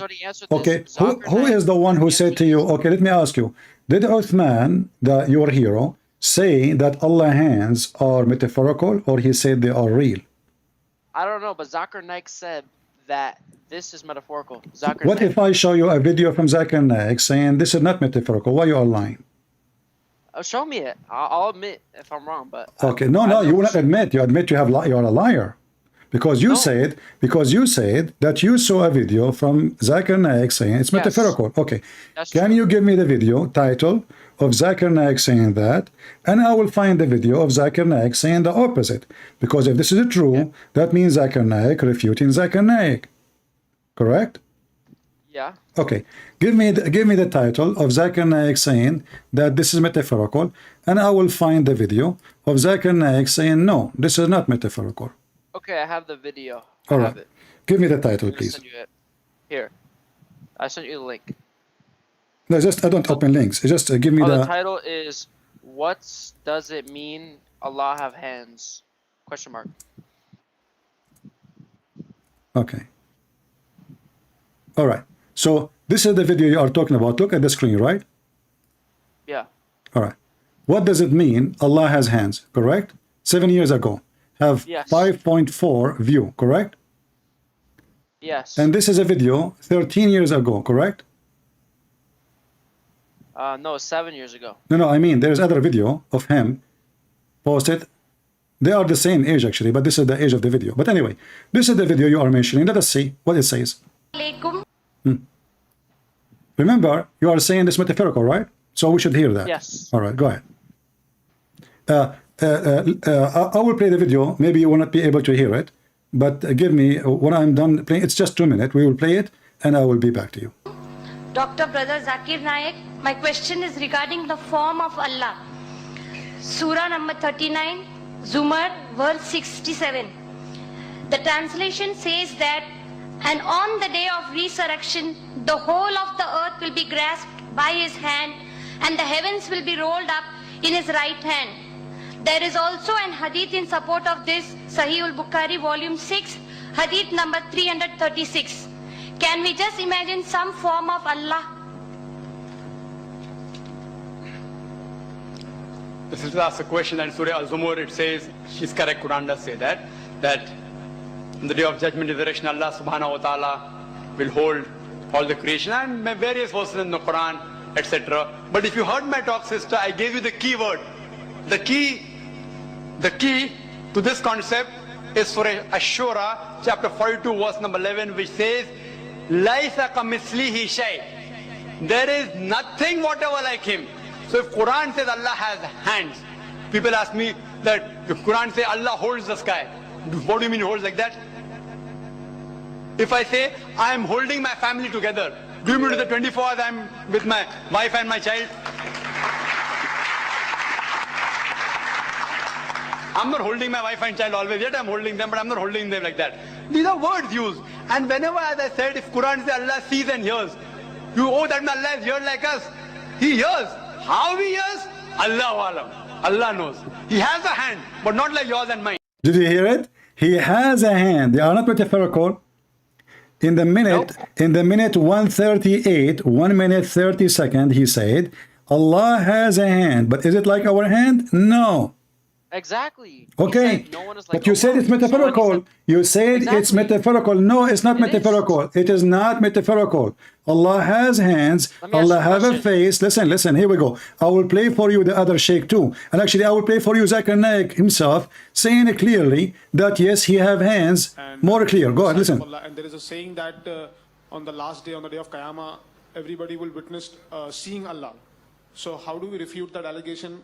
People say that the Quran itself gives a form to Allah subhanahu wa ta'ala. The brother asked the question that how do you refute the anthropomorphism philosophy, which Islam doesn't believe in, but how does Islam talk about Allah has got hands and the day of judgment you see Allah? Basically, understand what is the meaning of anthropomorphism. Anthropomorphism means Almighty God himself coming in different forms and taking those forms that you know about. So for example, for a human being will think about a human being. An animal will think about an animal. So for the animal, it's an animal, but because he's God coming in the form of an animal for an animal, even the human being should respect that animal God. So that's how we have gods in all types of forms. What you can imagine, what you can think. So therefore we say that Islam doesn't believe in anthropomorphism. The basic philosophy of the anthropomorphism, it is that Almighty God is so superior, He's so holy. He is superior, he is so holy, but he have hands, he have a leg. Let us go. To make it short, this video is long. Here we go. This is your sheikh. I will play the video too. You can watch it from your side. It says, how to refute deviant people who co-accuse us of giving Allah a figure of hands and legs, etc. And now he will say to you, you can listen to the video on my YouTube. Yes, Allah Allah have hands, so what? I never wrote it down and I never... Wait, no, you can, it's not up to you. It's not up to you to explain it. It's not up to you. It's not up to you. Okay, listen. Listen. Do you know a guy, his name is Farid? No. You never heard of Farid? No. Okay, Farid is a friend of Mimi Hijab. He have a video of himself saying, yes, Allah has hands. Mimi Hijab himself said yes. Lili Dawah said yes. Uthman said yes. You say no. Look here, you Muslims have different God. You have a different God. Listen. Did he have hands? Listen to the video here. Listen to the video. Listen to me in YouTube. This is your sheikh, and he is a Muslim Sunni from Saudi Arabia saying yes. Don't tell me no. Who care about your no? This is your sheikh. You're a kid. Nobody count on you. You don't even know how to read your Quran. Who care what you say? Does Isa have hands? Yes or no? Did he have hands on earth? Don't change the topic. Your God have hands or not? This is part of the argument. No. My God have hands. Your God have hands. So your God is not a man. Your God is not. Your God is not. Your God is not a man. Is that correct? Is your God is a man? Yes. Okay. Is he a chimpanzee? No. So what he is? God. What I'm not asking you now. I know you call him God. I'm saying he have hands now. And the hadith says that both his hand in the right side. And the sheikh, all of them, and Zakir Naik explain that Allah nothing like him, but nothing like me too, and nothing like you. Every one of us, even the drop of the water is not the same as a drop of water, the same as ice, the same as a snow. So does that mean snow is God? No. Your God have a leg. Why he have a leg? His leg and arms, are you talking about? It's not like Jesus or Isa when he had arms and legs. This is in heaven. This is the heavenly realm. It's different. So so your God Allah have a heavenly legs. Right, exactly. What does that mean? Man can't comprehend this. Man can't comprehend that. So I cannot comprehend the leg of Allah, but why Allah call it leg if we cannot comprehend it? If it is something else, then he should not call it leg. If it's something else, you should not call it hands. It's like one. It's like one for exactly. Thank you very much. So now he is saying, guys, that the hand of Allah, like our hands, it's like one. Okay, that means it's like our hand. You just said that. In the beginning, you said to me it's a metaphorical, and now you are saying to me, no, it's not metaphorical. It's like our hands. So it is metaphorical because it's not one-to-one. What do you mean not to one-to-one? No, metaphorical mean it's not physical. When you say not metaphorical, it means it's not exist as something physical. But now you confirm that Allah have a physical form and a physical hand and a physical body. Well, Zakir Naik confirmed that. He said his hand. He said no. He said he has hands, but not like us. Exactly. Okay, but they are hands. So he have hands. He have hands. But you're assuming the hands are like our hands. That's No, you are the one who question. said, like our hands. You said that. I said to you, why Allah calling it hand if it is not a hand? You said, because it is like our hand. So how it is like our hand? As an example, I have 5 fingers. How many fingers Allah have in his hand? 5. Exactly. That's amazing. So now my hand is the same as the hand of Allah. Now the question to you, why Allah have hands? Why does it matter? Why does that matter? Well, if Allah, he make things by saying be, why he need hands? Because he's interacting in a heavenly realm, and that's what he decided he wanted to. He interacting by what? Interacting with what? Huh? Interacting with what? He's interacting in the heavenly realm, so he's taking a different form. What different form? Are you saying to me? Are you saying to me that your God Allah is a grim and he changed his form? Yes. Oh, he's a grim, like in the movie. No, you're just making jokes. I'm not. I'm not. I am not. You are the one who said that Allah he changed his form. But you're making jokes. I make joke as I want. You are the one. You are the one who said. You are the one. You are the one. You are the one who said yes. Allah he changed his form. Yes. Don't change topic. Don't change topic. No. We have one God. Even your stupid Quran says the Christian believe that the Messiah is Allah. Are you saying the Quran is stupid? No. Where's that? Show me the hadith or the surah. Show me it. This is da'if. This is da'if Quran. Where is it? Show me chapter and verse. This is I just told you. This is da'if Quran. And recite it in Arabic. Recite it in Arabic. Do you know Arabic yourself? You said no. Recite it in Arabic. You know I'm gonna check your Arabic. But you say you do not know Arabic. When? I know I do. You just said to me you do not know Arabic. How a person? What about you call Uthman and let us see who speak Arabic? Uthman the Sheikh and I am. Call Uthman right now. Do you know? You're scared of Uthman. You're running. I see. I keep asking you to call Uthman and I'm running from Uthman. Do you see how it works? Listen, I'll call in tomorrow or 2 days. I'll get. No, you call him right now. Right now. I want to talk to Uthman right now. Go ahead, call him. No, he's sleeping right now, probably. What sleeping, you idiot? This is he live in California. They are 3 hours behind. They are 3 hours behind us. They are. It is 10:23 right now here. It is still very early afternoon in California. Call him. He's doing Dawah. He's probably doing Dawah. No problem. This is Dawah too. This is more important. I'm sending him a message. Listen. Okay. I'll send him a message. Okay. Hold on. You said you will send him a message. That means you have his phone number and you have his Skype. Is that correct? Not his phone number, but I have him on Skype. Okay. Can you give me his Skype right now? Not now. Tomorrow. No. Give me his Skype. Give it to me. I will text him. Oh, you're so obsessed with him, dude. You are the stupid one who came to me and you keep talking about Uthman, not me. I did not mention Uthman. Abdul, isn't it you who said to me? My name is Saleh. You are Abdul. You are Abdul. You are a potato. Here we go.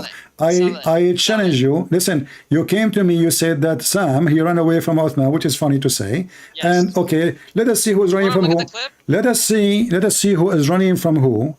Give me the Skype of Uthman now. I will message Uthman today. Give me now. Give me Skype of Uthman. I want to call him right now. He's just gonna block you. He will block me. That means he's a potato. No. Well, you haven't pulled up the video of Samshmu running. You want to pull the video up? Listen, potato. You just said Uthman he will block me if I text him. So who is the one right away? He doesn't know who you are. How is he? No, everybody know who I am. I will tell him I'm a Christian prince. Don't worry. And anyone can make a fake I will account. I will leave a voice message for him too. I will call him. Right now. In the middle of the night. Give me the Skype, potato. Give me the Skype right now. Give me the Skype. Give me the Skype, and Allah will reward you virgins for that. Go ahead. Oh wow, you're insulting the Quran now. I insult the Quran every day. Don't you know? I insult Quran. I insult Muhammad. I love it. No. Don't insult the Prophet. Don't make a mistake. Okay. Because if you do, I will destroy Trinity. You will destroy Trinity. What you would do? You will use what, like spray or something? What you would do? You know? Listen. Don't change topic. Give me the Skype of Uthman, potato. Why you are scared? Nope. Why? I will pay you. How much you want? I don't need money. I only need Allah. I will pay you $100. I promise in the front of everybody. You open an account in Patreon. You give me the account of Uthman. I call him. He speak to me. I will give donation to you $100. I promise in the front of everybody.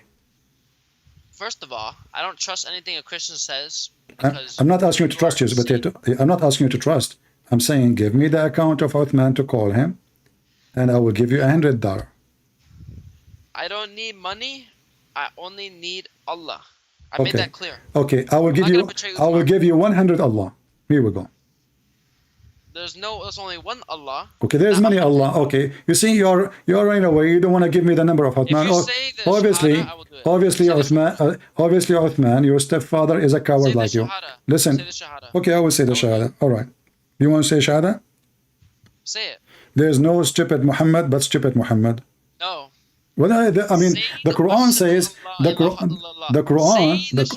Quran says that Muhammad is stupid. Look, in the Quran it says, you said to me, show me where it says in the Quran that the Christian believe that Jesus is Allah.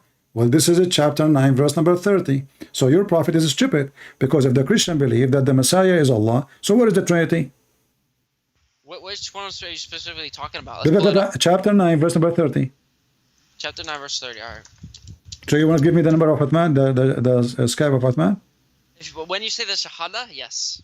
In Arabic, then yes, absolutely, I will do that. Okay. Even if the vilest sinners worship me with exclusive devotion, they are to be considered righteous. Abdul, do you know how to read? What are you reading? Chapter 9, verse number 30. Oh, okay. Sorry, that was something else. The Christians say the Messiah is the son of Allah.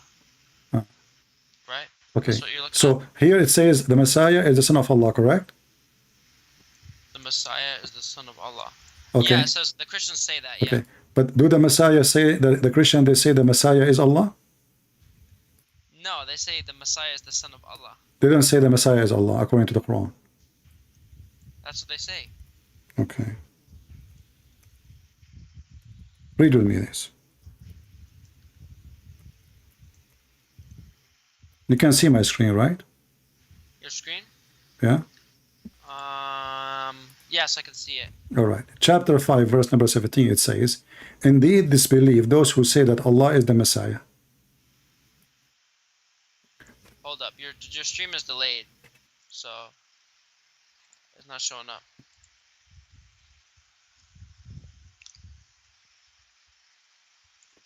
Somebody asking me how to say Shahada. You say there is no stupid but Muhammad, and his God is more stupid than Muhammad. That is a Shahada. Insulting, dude. Now read. Well, just like your son. But this is stupid, don't you see? Allah, he says the Christian, they say that the Messiah is Allah. In the verse, he says the Christian, they say the Messiah is son of Allah. Are you the son and Allah in the same time? Either you are the son of Allah, or no, we don't. We believe that the son of Jesus is the son of God and God, right? Yeah, but he's not the same as the Father. He's not. The Father is the Father. The Son is the Son. The Quran saying now that the Messiah is Allah himself. So if he is Allah, okay, Abdul, how the verse saying in one saying he is the son of Allah, the other verse saying he is Allah? You're proving the Trinity is incorrect. You're debunking your own Trinity. How can you be the Son and the Father at the same time? This proves the Trinity. You stupid Abdul. Abdul, we Christian. Abdul, you're stupid like your prophet. We don't believe that the Son and the Father is the same person. You're stupid like your prophet. You know, like the Chinese, they say he lived as a donkey, never come back as a horse. So how you can debate the Christian if you do not even know what the Christian believe? Now let me ask you. Let me ask you. As long Allah, he have 5 fingers. Do he clean his nose? You're not being serious, dude. No, I'm serious. I want to know why he have 5 fingers. Come on, man. No. Why 5 fingers? Why not? Why exact like us? I mean, what about having 6 or 7? Why 5 fingers? You know, we Arab, we always touch our nose and we clean boogers. All Allah knows. Okay. Why do Allah have a penis? This is completely just insane, dude. Why not? I mean, Allah have a shin. Allah have. Are you saying to me Allah is a gay or he do he? What? Oh, I'm asking you. I'm trying to know. Okay, you Muslim call him he. Is he for real, or he is she, or he is so? Why you call him he if you don't have a penis? Why are you changing the subject? Talk about son of Well, you are the one talking about. We talk about the metaphorical, and now we are in trouble. So Allah, you call him he. Is he for real, or he is a she? I don't even know what you're asking. Let's go back to the verse. Because I want to learn about Allah, the nature of Allah. Okay, Allah is made of what? Allah is made of what? He have 5 fingers. The fingers is made of what? Only Allah knows. I don't know. Okay, so what do you know about Allah? Nothing. Somebody told you Allah have 5 fingers. So now you are walking in the wood. Now you are walking in the wood. Anything have 5 fingers, you think this is Allah? No, only what the Prophet revealed. How you will know? How you will know which one is Allah now? Whatever the Quran has revealed. What revealed? You just told me you do not know. That's why I'm saying I don't know, because it hasn't been revealed. So now what you know, that he have a shin and he have 5 fingers and he have a foot. So when you walk in the wood, if a rat appear to you, you will think this is Allah because he have the same. No. Well, he have the same. Lizard have the same. I would have to be dead to see Allah. You don't have what? I would have to be dead to see Allah. So after you die, you will see Allah? Yes. And how you will know this is Allah? Because the Quran has revealed it.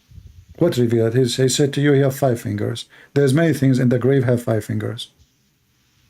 If I'm dead, obviously I'm going to be understand that.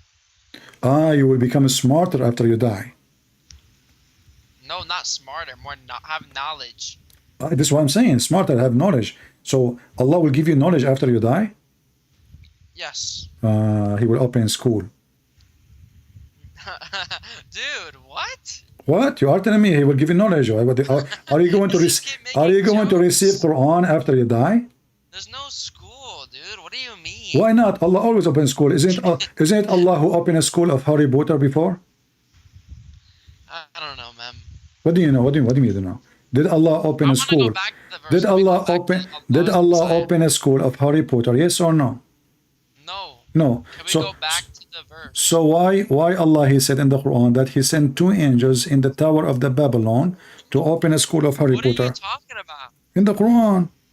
You said to me. Let's go to the surah. Let's go back to the surah and talk about we are in the surah. We are in the surah. Allah, he opened a school of Harry Potter and Harut and Marut. And subhanallah, look, Harry Potter and Harut. Look, did you notice? There is a lot of similarity in the name. Harry Potter and Harut. You know? I don't think this was a coincidence. Like it must be a miracle. What is this, bro? What is this? What? Okay, just give me Skype of Uthman. I will continue with you. Otherwise, I will block you. Why did Sam Shimon beat his wife? Do you know? He beat his wife? Yeah. Why Prophet Muhammad did beat his wife? Michelle was beaten by, on the court records, according to court records, he was beaten. Just stupid. Trash like your prophet. Bully. The nation of bully. The nation of bully. Let us see other Muslim.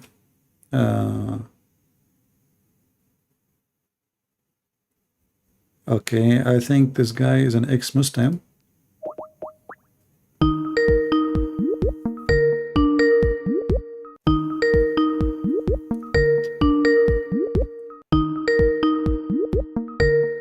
Let us mute the microphone speaker so you guys don't bother with the ring. Hello? Shalom, brother. Shalom. Shalom, shalom. What's up, my brother? Your camera is open in case you do not know. Oh, hold on. Okay, my fault. Right. That was me that coward was making fun of about my testimony. You are the one who says you saw the light and you became. So you used to be a Muslim and you became a Christian. Yes, yes. All right.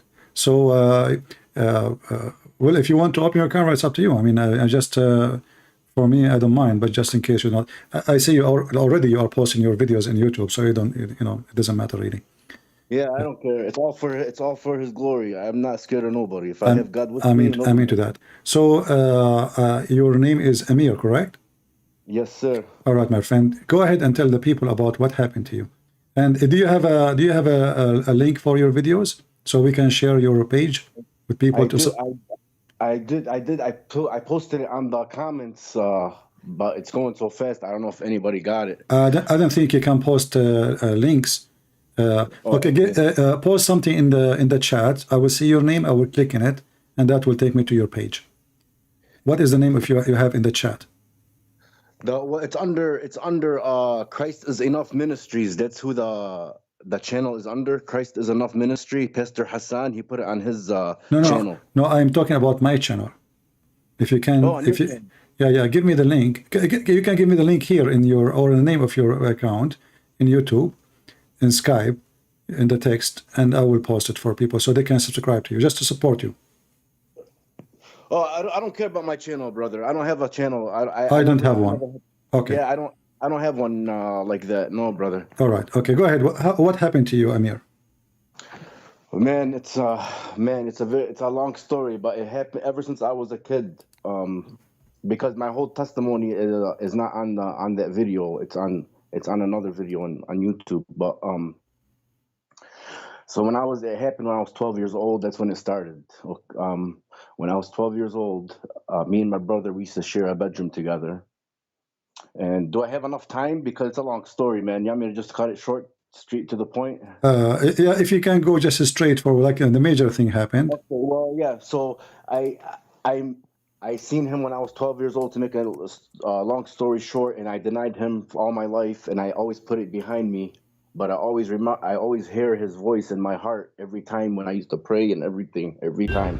And I always used to push him behind me. Yeah. And then I got, and then in February 1st of 2020, I died. And What do you mean by saying you died? I had a heart. These people, they think I was dreaming. Like I always tell somebody, I know what dreams are. This is not a dream. He killed me for real. Like I really died. He wanted to show me what I was doing. I was going to hell, and my soul knew everything right away. Your soul feels everything a million times more. You feel everything. You know everything, and it's unbearable.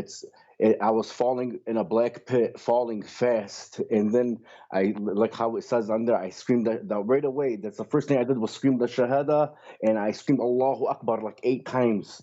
And that's what trips me out. These guys say that I seen the devil. Well, the devil wasn't scared of Allah's name.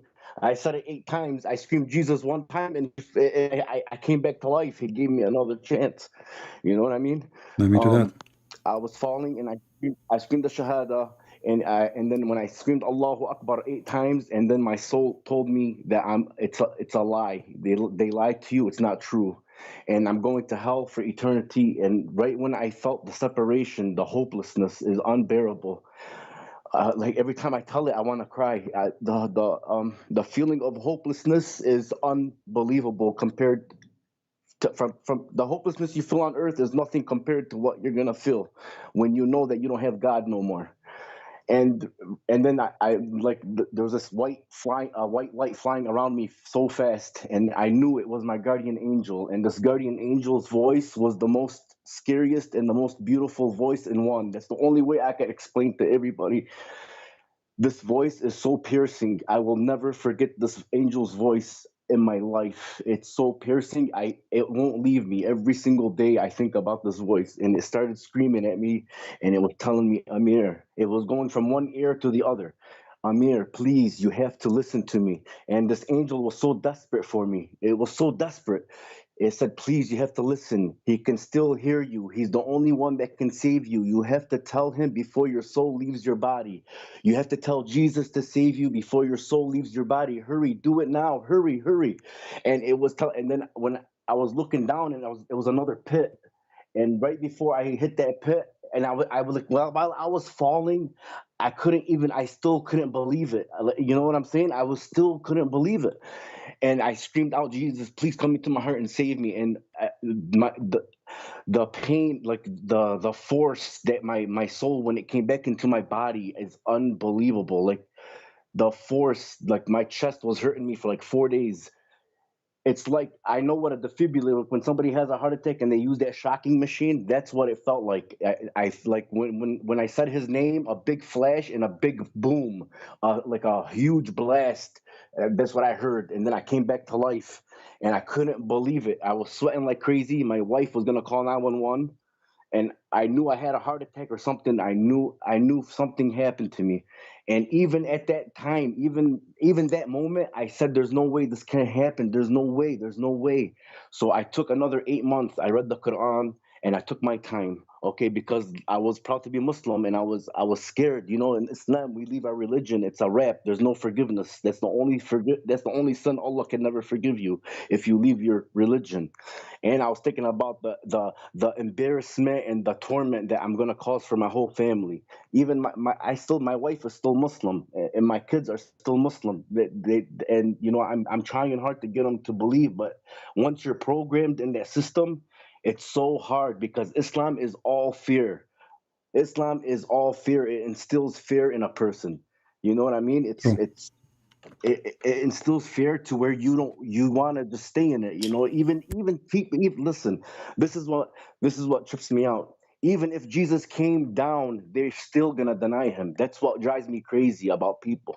And they act like they know me. They act like they've seen everything. They don't know nothing. And after I got saved, Christian Prince, if I tell you the things that he shows me and the things that I can't believe it. It's like I write everything down. I have a journal.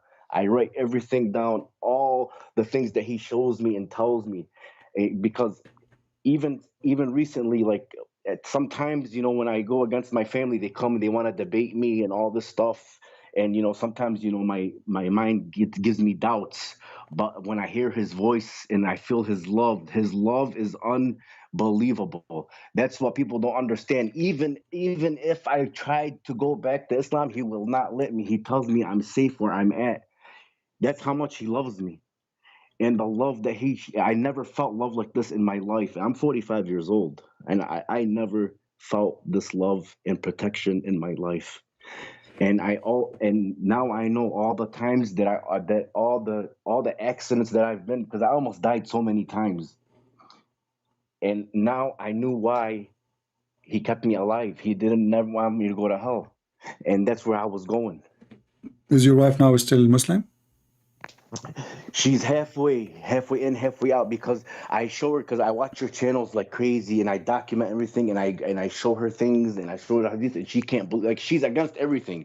So, you know, if you're against the Prophet, that you're not even Muslim, you can't say you're a Muslim, you know what I'm saying? Yeah. So, you know, she doesn't agree with a lot of things. Once you disagree with anything Muhammad did, you can't consider yourself a Muslim. Exactly. And she's already out, even if she's saying she's not yet. Yeah.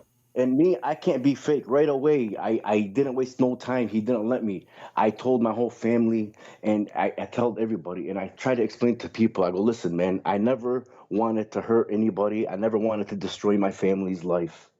But I'm not going to go to hell for anybody. I will never have that feeling of hopelessness that I felt when I died.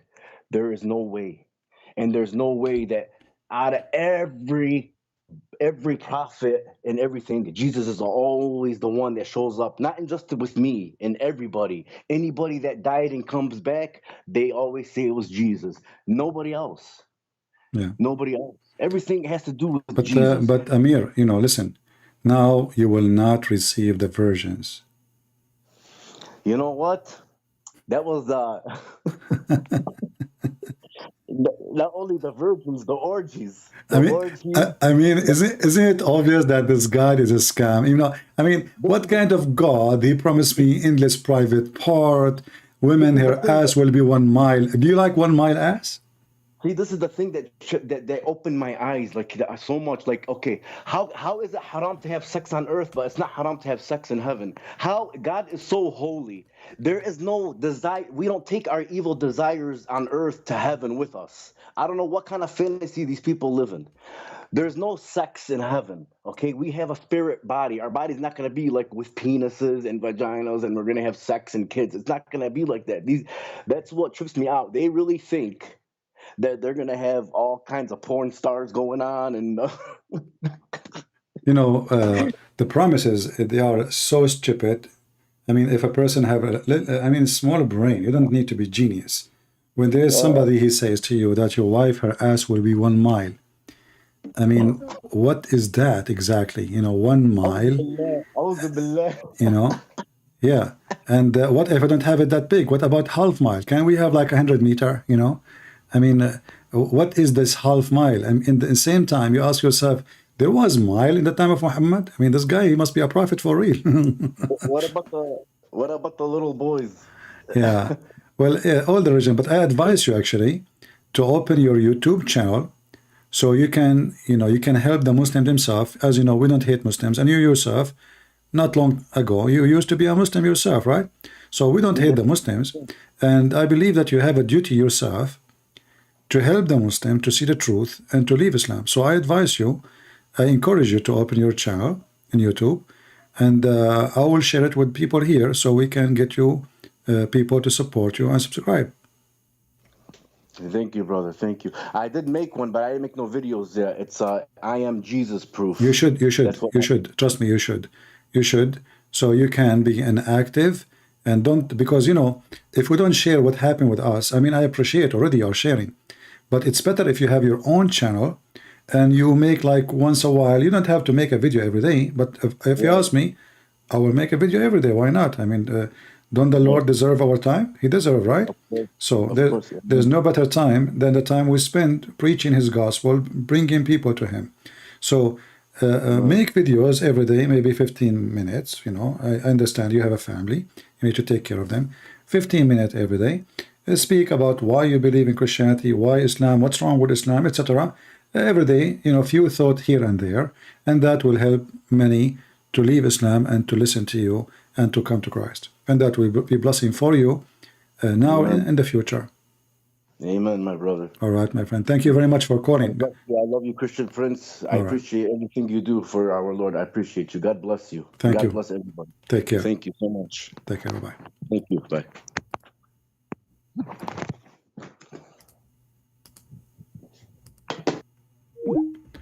Let us see. We have another Muslim.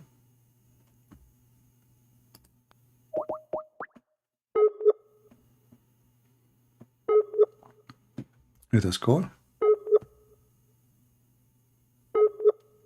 Maybe he is not online. The Muslim, they call when I am talking. The second I stop talking, they are not here. Let us see another Abdul.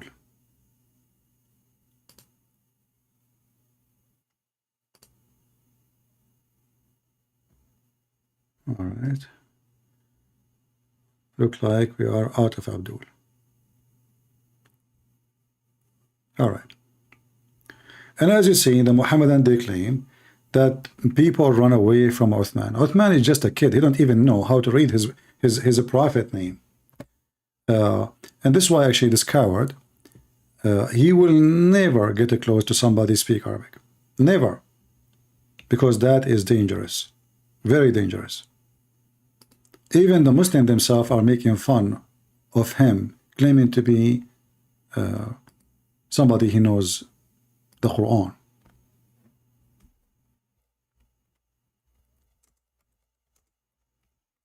They made a video of him with 100 mistakes. Just 100, just in short video, they show you 100 mistakes of Uthman. 100 mistakes, not not 1, 10. And this guy, he claimed to be a sheikh. He add words to the Quran. This is a channel run by Muslims, have nothing to do with me. It's Islam Production. Salafi Uthman ibn Farouq. What a joke.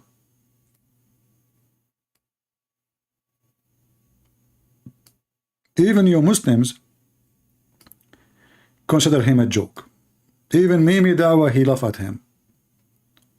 Mimi and Lulu and You know, all of you, potatoes. So those people will never get close to me because they knew their size. They can get away with someone like God Logic, you know, he don't speak Arabic, and you know, like people who have, they are learning, you know, slowly about Islam. But to get close to Christian Prince, you will notice all of them, they will stay away. They will make any excuse. All of them, they challenge me to debate them. We will fly all the way to you. We will come all the way there. It's talk. You do not need to fly anywhere. Give me your Skype, and I will call you right now. Nobody need to fly anywhere. Save your money and donate it to the orphan. The money you want to spend to fly to me and the money I want to spend to fly to you, it's a waste of money. Here, give me your Skype. We can show reference on the screen. We can read together. Nobody is shouting and nobody, you know, nobody is standing. Nobody. You drink your coffee in your table. I'm drinking my tea here, and everybody having good time. You don't dare. And this is why people laugh at you. Do we have any Muhammadan?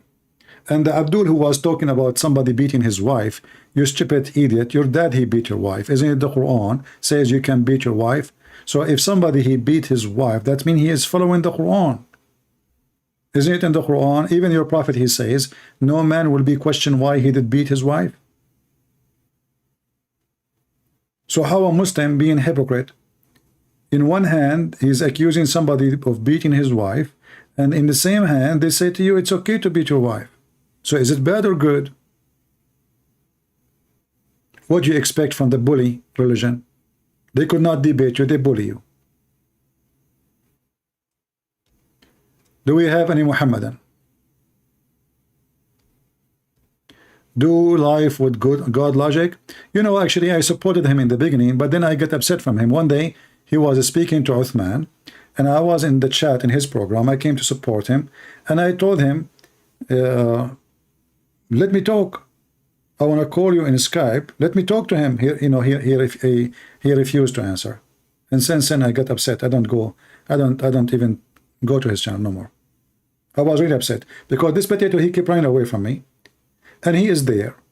All what you need to say, hey, listen, Christian Prince is challenging you right now. Put me in the speaker. He did not do it, and I got really upset from him because it doesn't take him much to put me in the speaker, correct? And you will see, and everybody will see how in a second the one who claimed to be a lion will turn to be into a cat.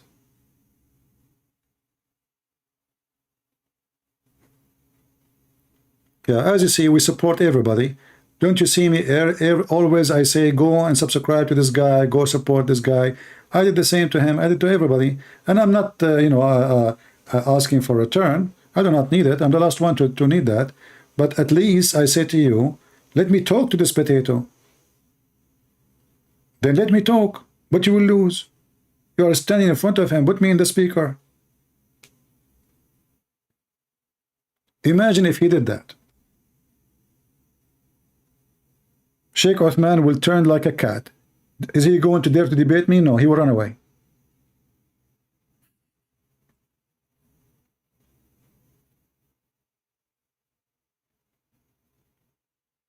He did not see me in the chat. I know people, they were telling him, Christian Prince is asking you to do this. I know. Maybe he did not see. Maybe. I don't know. But that made me get upset. Anyway, do we have any Muhammadan here would like to join us? Mayday, mayday. Who dare? Who dare? I challenge all the Muhammadan in the world.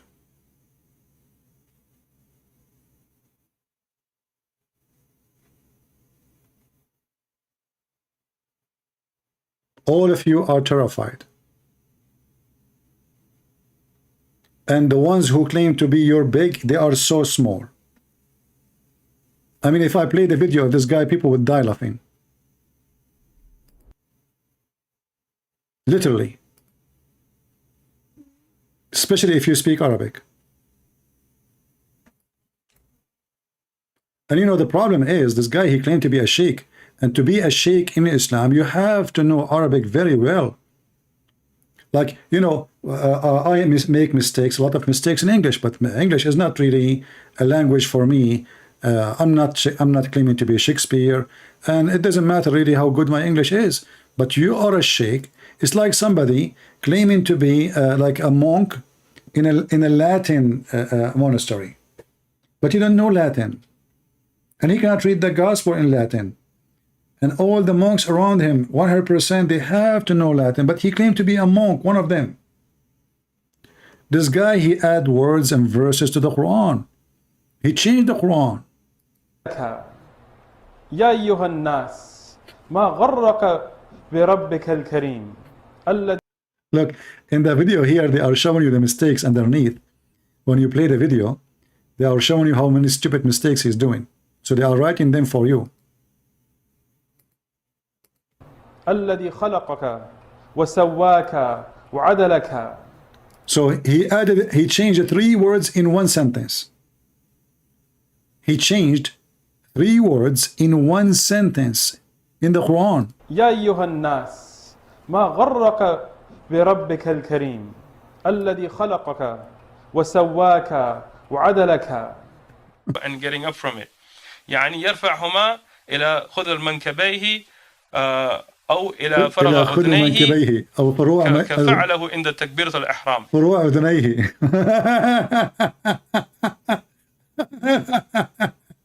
He said يعني يرفعهما إلى خذ المنكبيه أو إلى فرغ أذنيه كفعله عند تكبيرة الإحرام. Oh boy. What does he say? He says صح أن الودع هو سنة دون الإرسال ثبت أن المحله الصدر لا غير.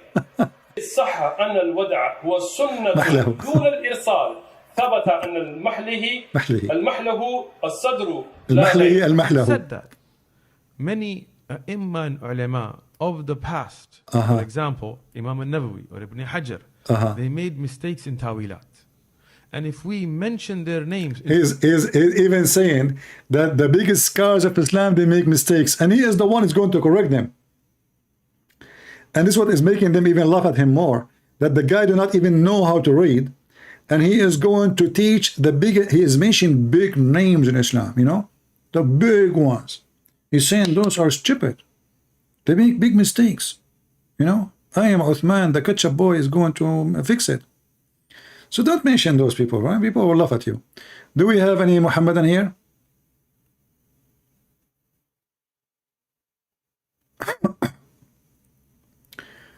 Any brave Muhammadan beside the ketchup boy who don't dare? All of you are potatoes. All of you, with no exception. All of you. And yes, Allah have a weird look. And the Muslim, they keep saying how we worship Jesus. Well, Jesus is holy. If you have a body of a human being, still he is holy. Is your God is holy? No. How we know that Allah is not holy? For he have a bad ethic. Isn't it your prophet, he encouraged Muhammad to flirt with a woman she is married? This is your God. We don't care how your Allah look like. He looked like a mule, he looked like a lizard, he looked like a man. We don't care. What we care for, obviously, that Allah and Satan, they are one. Because ethic is not there, zero ethic. And when we ask you about Allah, what do? You say Allah is not like anyone, but this is a verse you took from the Bible. The Bible says first, nothing like God. But that's not about look. Who care about the look? Nothing like God because of his holiness, his ability, his wisdom. But otherwise, there's many things like God. As an example, I have ethic. Do God have ethic? He will say yes. Okay. I have a spirit. Do your God have a spirit? A Muslim will say no. But isn't it the Quran says, I created him from my spirit? I breathe into him from my spirit. So if he don't have a spirit and he say my spirit, that means you Muslims are crazy. How he say my spirit, but he don't have a spirit? If you say he own it, that means life is not his. It's not from him. It's something he have in a box somewhere. So the Muslim, they are so desperate, they don't know what to do about their God. He look funny. They can't explain. They don't know even how he look like. They don't know what Allah mean. All what they knew that he have hands, he have feet, he have legs, he have face. How we can fix the problem? Who care? Just we worship Allah. A Muslim should not ask questions. Why? Because the second he asks questions, he will find that Islam is so stupid. Why Allah, he promised me a woman, her ass is 1 mile? This is not a good question. Just accept the 1 mile ass. It's a gift from Allah. You can do hiking on top of it. And by the way, it's so smooth. And I have a doubt that you can, do hiking on it. And be careful, if she fart, she might burn you, especially if you are smoking. In case you do not know, fart is a flammable, is a methanol. So when you fart and you are smoking a cigarette and her ass is 1 mile, so it's the same as a big, huge container, 1 mile container of methanol farting, exploded in your face. So I guarantee you, you will be a barbecue. So no smoke. You should have a sign around your wife says, don't smoke, please, dangerous. All right. Where is that hadith? Which hadith? About the 1 mile. Let me see if I can find it in English. Hold on.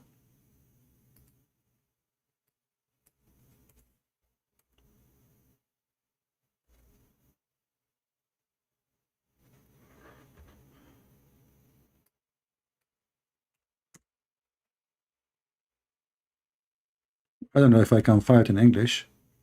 I could not. Let us see if we can find it in other one.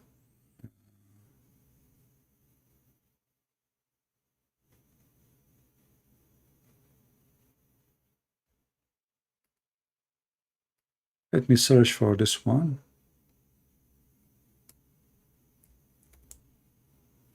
I will search for other one. See? No. Okay, let's see then.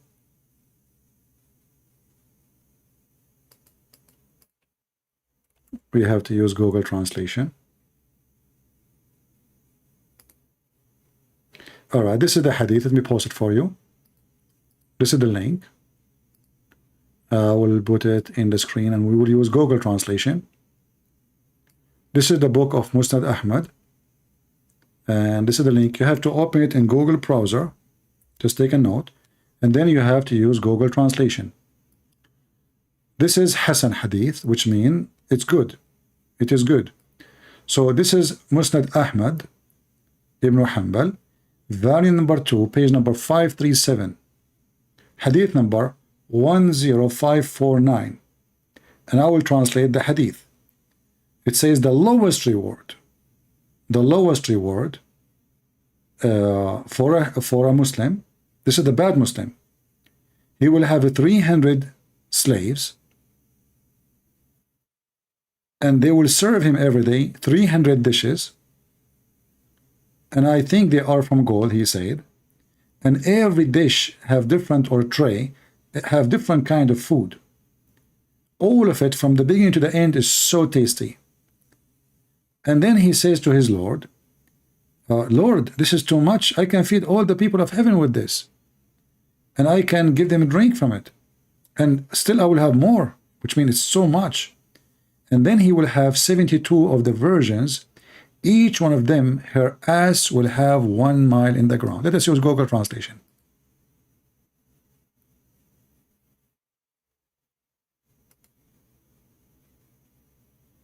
So again, this is Musnad Imam Ahmad, page number, volume 2, page number 537, and this is the hadith number. As you see, this page is very jumpy. So let us see here. Yeah. So here, you see the translation is not coming too much accurate. It says each one of those versions is going to take her seat as far as a mile on the ground. So her ass, مقعدها مقعد المرأة, it's her ass. So her seat will take 1 mile in the ground, which is very lovely. I mean, we men, we love them, man, for that piece. Man, and now Allah, finally, He gave you the biggest screen TV ever. This is not 50-inch. This is not 65-inch. This is 1 mile by 1 mile ass. I mean, how many inches is that? Somebody can convert? Somebody is good in mathematics? Convert to me 1 mile inch square. How beautiful. Thank you, Allah. Thank you. And now, guess what?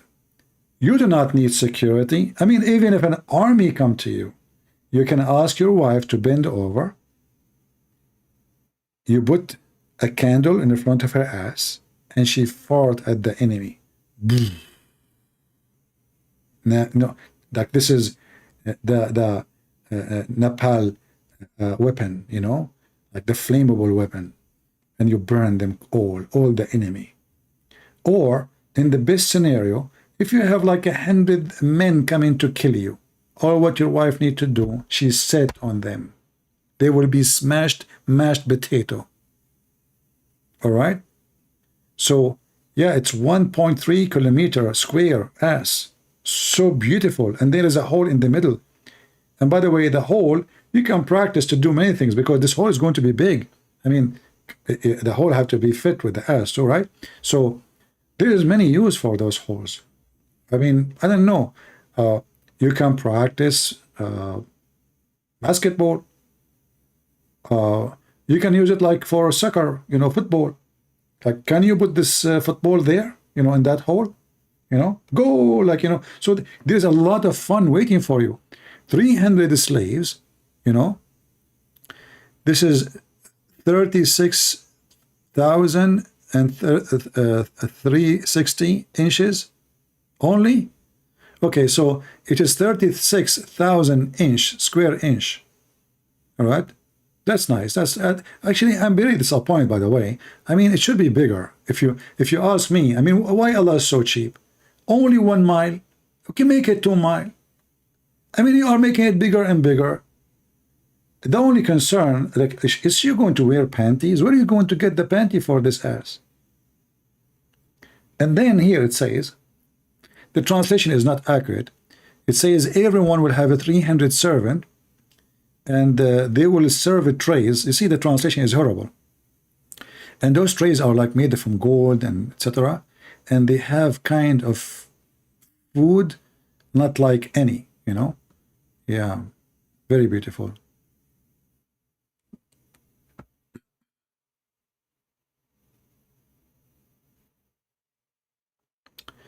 Do we have any Muhammadan?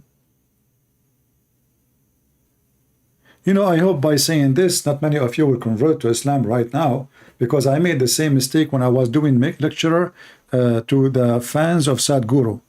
There was a lot of Hindus, like 1 million Hindu, and I told them, do you know that the biggest chapter in the Quran is the cow chapter? I was just making fun, but I forgot that those are Hindus. And brother, all those 1 million Hindus, they decide to join Islam. They could not believe that Allah, He made the biggest chapter in the Quran is the cow chapter. Like they were like, wow. But then after they converted to Islam because of the cow chapter is the biggest, I told them, you get it wrong. In that chapter, they killed the cow. Oh, the Hindu got so upset. And they start all cursing names to Allah. In the beginning, they like him because he made the chapter called the cow.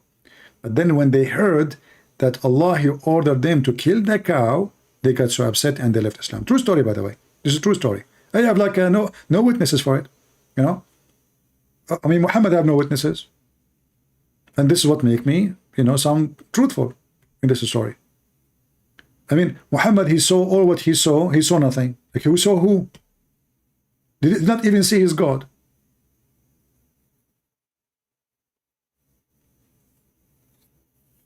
Do we have any Muhammadan?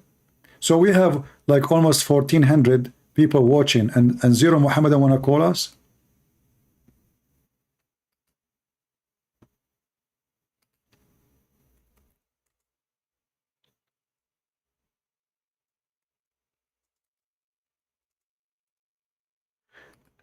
Any Muhammadan?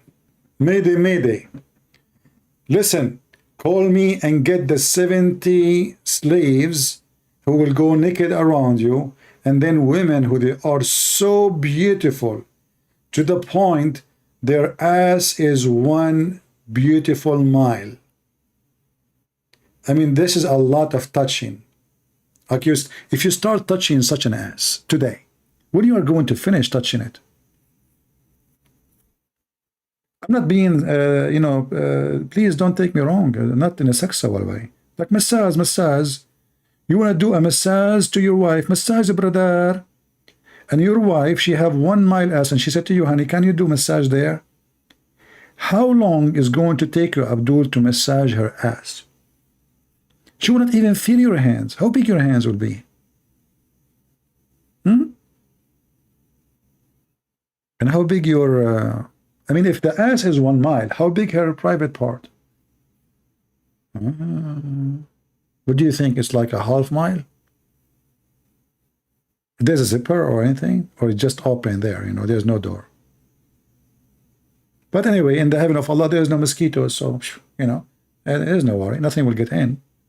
Leave it open. No mosquitoes, no cockroaches, nothing.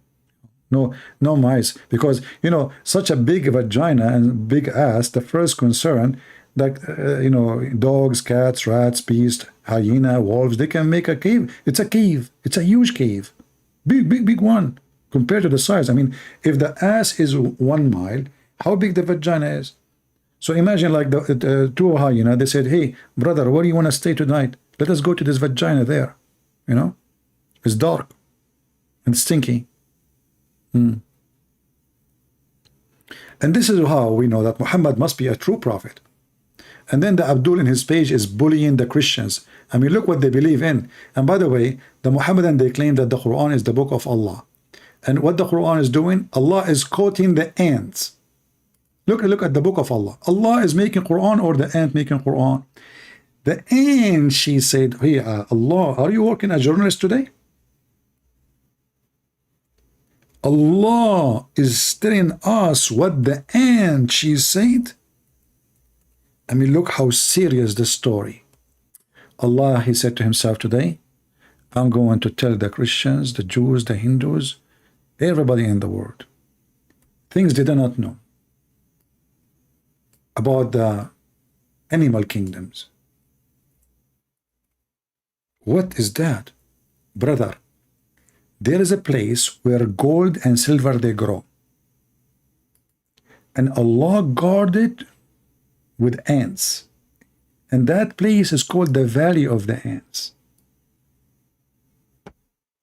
And then Allah, he spent his time into reviewing the ant. Look, the Muslim, they say, who can make Quran like Allah? But Allah is not talking there. It is Sulaiman, the ant, she said. Sulaiman said to the ant, she answered Sulaiman. The Sulaiman, he asked where is the chicken. The chicken answered Sulaiman. Sulaiman, he asked with the genie. The genie answered Sulaiman. So what Allah become in the Quran? A fairy tale storyteller.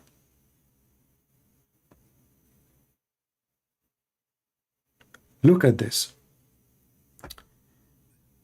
And before Sulaiman were marched his host of jinn and men and birds. Isn't it beautiful to have an army of birds?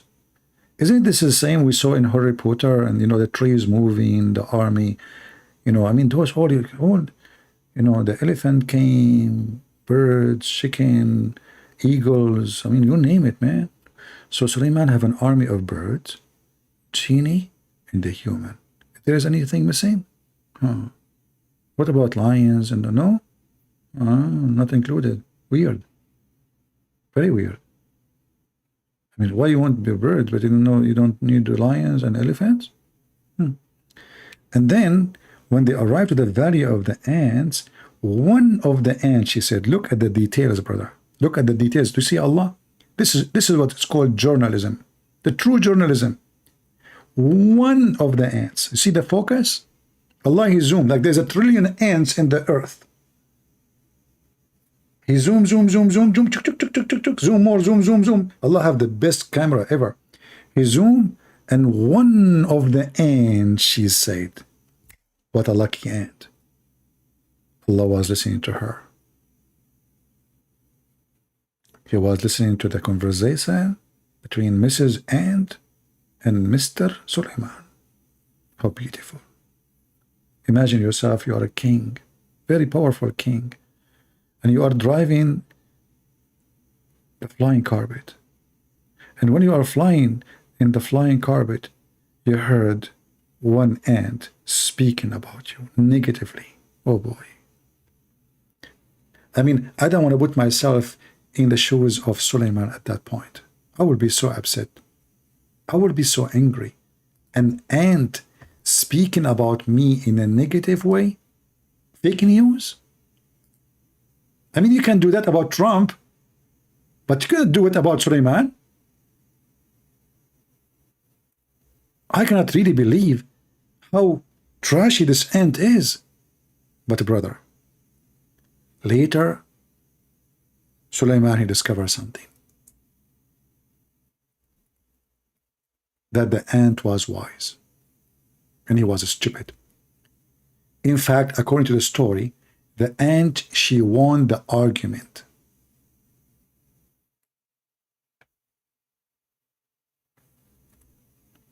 Which is embarrassing. You are a prophet of Allah. And then you debate an ant. And then the ant is smarter than you. Man. Look at this debate here between the ant and Suleiman. I want to show you just a little bit of it. Shall I read it for you guys, or you guys are bored? Who's bored here? Anyone is bored? Is anyone is bored here?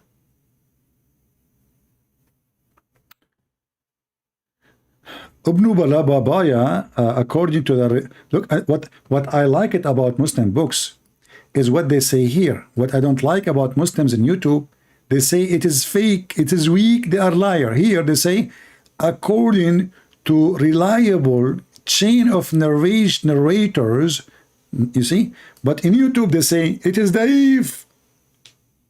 Al-Waqidi is a liar, Al-Bukhari is a liar, Ibn Kathir is a liar, Al-Qurtubi is a liar. You go to their books, it says, according to reliable chain of narrators from the Imam as-Sadiq, that when the ant conversed with others, the wind took the conversation to Suleiman.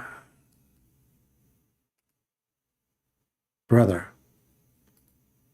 how the Muslim, they knew that wind can carry voice. Science. Unbelievable. So Suleiman is flying in the flying carpet. And the ant, she is down in the ground talking to other ants. She thought nobody is listening.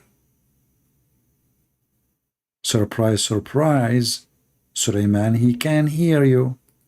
Suleiman at the time, when he was on the air, where he was? On the air, flying carpet. Suleiman asked the strong wind to stop, like break, like stop, like he break, you know, and then he called out the ant, hey ant, where are you? Come here. Look at this. You are now King Solomon, driving your special solar system flying carpet hydrogen fuel. No battery needed.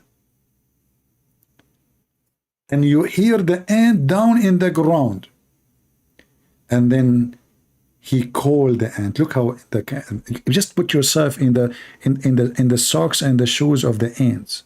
She have many food anyway. But listen, imagine the ant now when she heard Suleiman is calling her out. Oh boy, he heard me. Oh, what I would do. He just heard me. What I did to myself. King Suleiman just heard me. What I will do. Where I can go. Where I can hide. You cannot hide from Suleiman. So he called the ant out, like investigation, investigation time. And come to Suleiman. He said, don't you know that I am prophet of Allah and I do not oppress anybody? Yeah, he don't. He have an army, supposedly like Muhammad, go into different nation to occupy their land, and he don't oppress anyone. No. Yeah, peacefully. Oh, this is Islam, brother. And said, yes, Suleiman, yes, I know, Suleiman. He said, then why did you scare others from me and order them to enter their holes? Hey, Muslims, why you Muslims enter your holes when you see Christian prince? Why? That's a good question. The ant said, I was scared that when their vision falls onto you, they will become fascinated at the beauty of this world. Look. The ant, she was scared that when the ant, they see how sexy is Suleiman, they will fall in love. And they will start touching themselves and doing masturbation. Do you see how wise this ant is? Suleiman, he thought, when she used the word the crush, he did not understand she is talking about the crush in their heart. Those females, they never saw someone sexy like Suleiman before. They will be fascinated. Imagine yourself an ant now. Just for a second. Come on. Especially, if you are a Muslim washing dishes every day. All right? You don't need to imagine, you practice it. So, Suleiman, here, he got busted with something like, what? And will be away from Allah. Look, imagine, they will forget about Allah. This is how sexy he is. The ant asked Suleiman, listen, Suleiman. Look at the philosophy, This is Aflaton versus Aristo. Deep, very deep. The ant asked Suleiman, who is more honorable, you or your father? Dawood, which means David. Suleiman, now he scratches his ass. Which one? What the heck? That's not nice to say me. It's my dad, Come on, You have to have bad ethic, that. You can't say it's me. So Suleiman, he said, my father, much more, honorable than me. Then she said, then why your name has more alphabet than your father's name?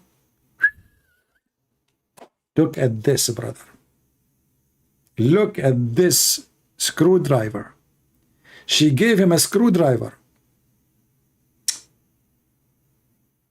Suleiman now, how in the world he is going to answer such a, like this is a bomb? Suleiman was listening like, what? The ant saying, listen, you said that your father is more honorable. Okay. But then how come your name have more alphabet than your father's name? That's deep. That is science. That is philosophy. What is the Greek? Aflaton, Aristo, stupid people. Here is the philosophy. That's amazing. Suleiman, he said, I don't know. Look at this idiot. He lost the debate already. He said, I don't know. He's saying to the ant, I don't know. The ant, she knew more than Suleiman. And the Quran says, Allah, he taught Suleiman. Look like Allah, he taught the ant more? Ah, maybe she is a prophet for the ants, because the Quran says that animals are people like you, and Allah gave them Quran too. If you don't believe me, I can show you the Quran. Here we go. And not only that, they preserve the Quran and they follow the Quran.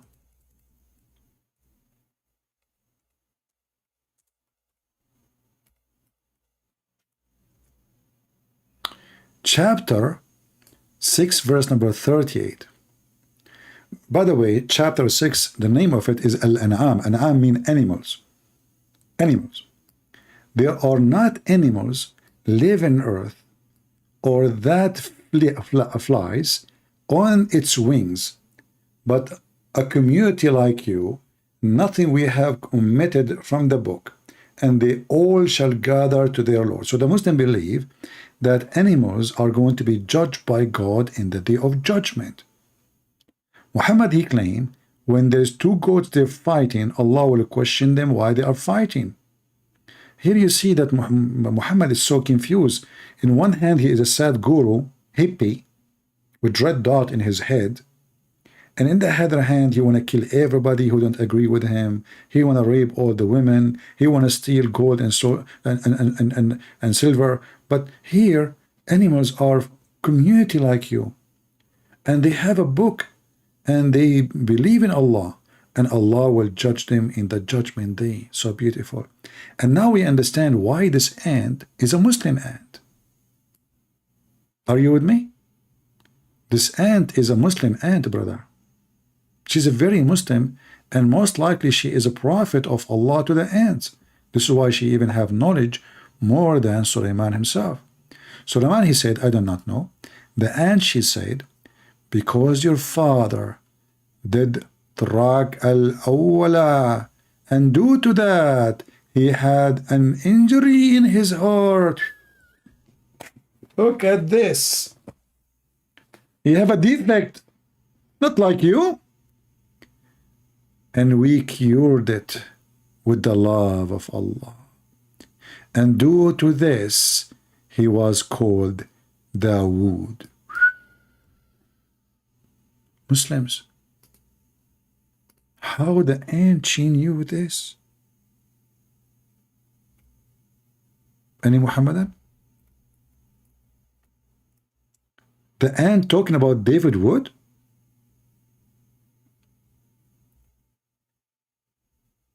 Is that about David Wood or somebody else?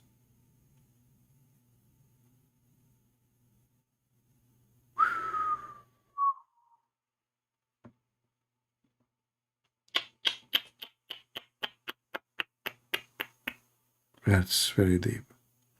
But you know, what I like about this story, you know, I don't have retirement. Like, I'm not like many of you have retirement when they will go and have a salary when they get older.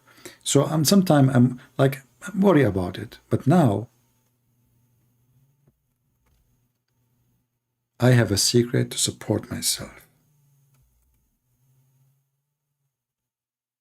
It turned to be, there's a place where gold grow.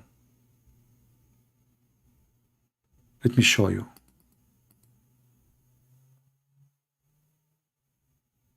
Where the gold grow? Hold on. I'm searching in the page for, okay, gold, golden chair. Ah, here we go. Ali ibn Ibrahim have narrated that when the wind raised the throne of Ibrahim, here they want to say Sulaiman, not Ibrahim. By mistake, they said Ibrahim. And reached the field of the ants, where silver and gold come out.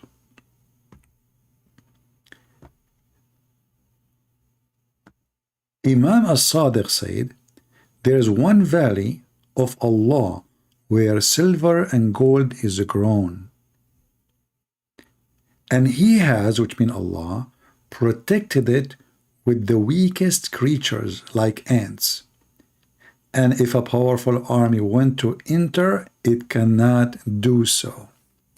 Now we know why gold is expensive. there's a valley full of ants.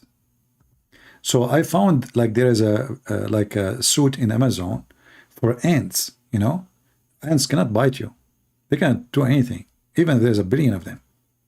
All right. So I will buy this suit. It costs like $100. And that's it. I got my retirement. One day when I get old, I have no money, you know, and too old to be able to produce. I will go, and I will go next week maybe. And now all what I need to do is just find where that valley is. I cannot share this information with you, please, because as you know, I mean, this is private. Somebody saying to me, take my call. Well, I don't see your call. Well, what's your name? Are you the same guy I hang up on him? If you are the same kid, that's it. We give you your time. You're just a kid. So guys, do you see how beautiful the religion of Allah? Isn't it amazing? Who can come with such stories like the Muslims? Flying carpet, the valley of the ants. Allah is quoting you see, in the Quran, Allah is not even making Quran. The ant, she said. So who's making Quran? The ant. Can you make Quran like the ant Quran, Muslims? Who can make Quran like the ant Quran? None of you. Allah just making comment. This is a commentary book. This is not made by Allah. The ant, she said, Sulaiman said. The bird, he said. The chicken, he said. Sulaiman answered. Afrit, he said. Sulaiman said.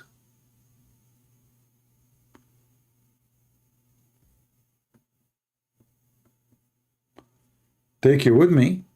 No, I'm selfish. I don't take you with me. And I will take the gold, and then maybe I will give you the address after, so you can take the silver.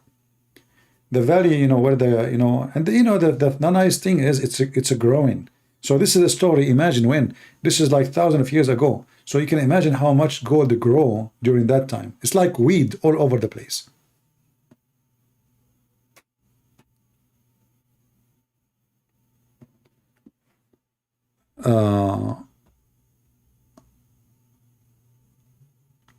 I am not a Muslim.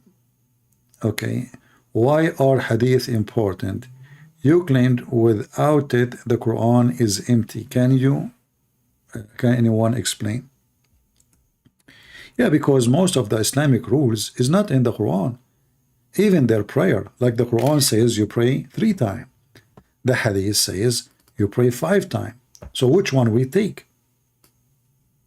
The Muslim, they take what the hadith says, not what the Quran says. The Quran says you pray only 3 times, the 2 end of the day and the approach of the night.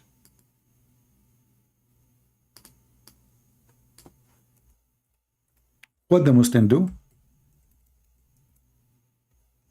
They take the hadith.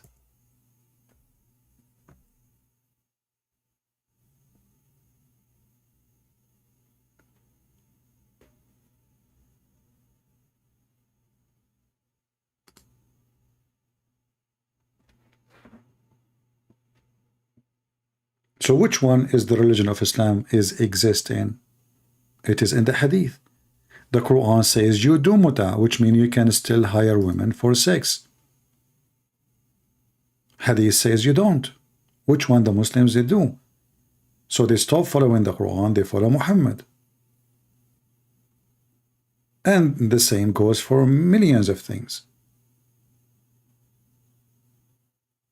They cannot say it's weak. If it's weak, why they follow it then?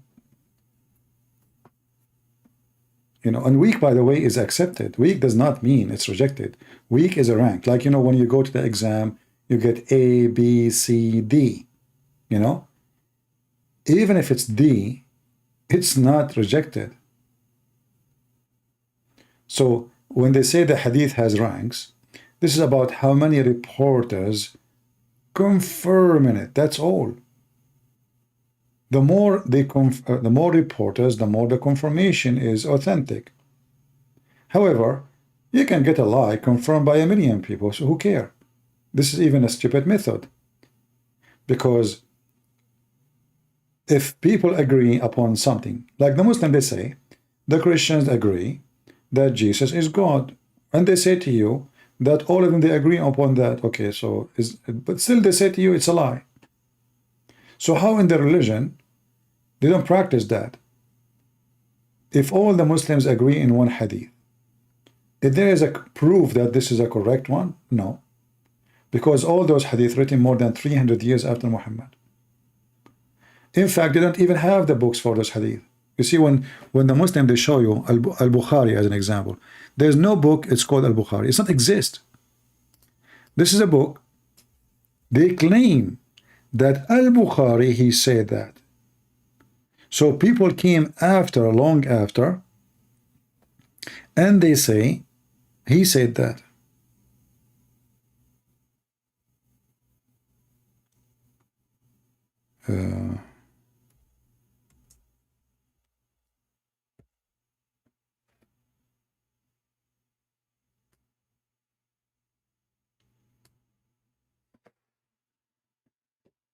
Do we have any Muhammadan?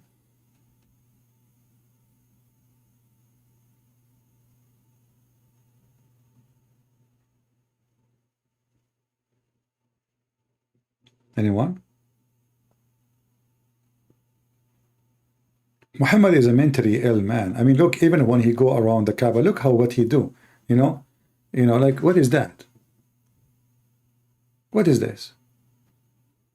And what is the point of going around the Kaaba like this? And what exactly you accomplish? This is how the Arab used to do, worshiping stones. They used to go around the stones 7 times. Muhammad, he does the same.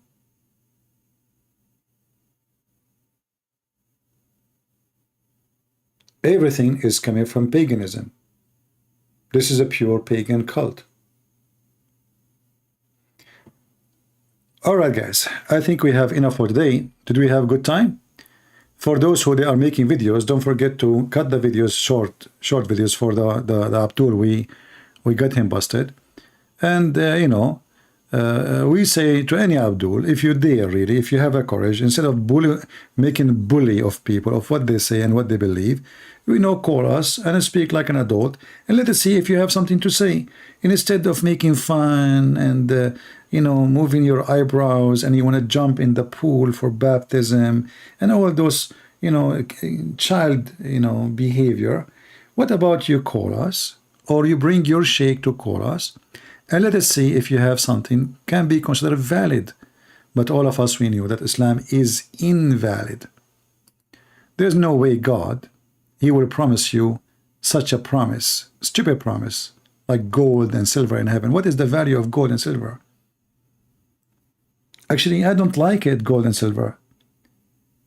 A beautiful tree is better than all the gold in the world. Imagine you have a mountain of gold. You are sitting on it, but you don't have a piece of bread. What we will do with gold and silver in heaven?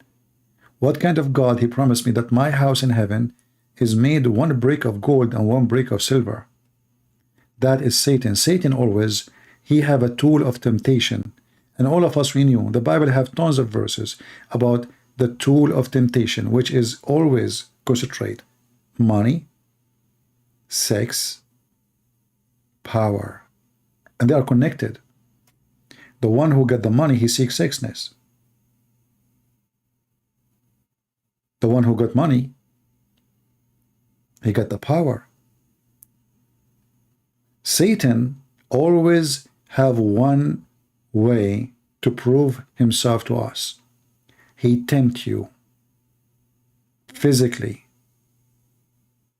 with gold and silver and power, authority, sex. He tempt the women by men. He tempt the men by women. It's not a secret. And this is exactly the same method of the stupid Muhammad. When his men, they want to go to war, what he promised them? Holiness? No. He says, Dahman, Dahman, you will F the women like this.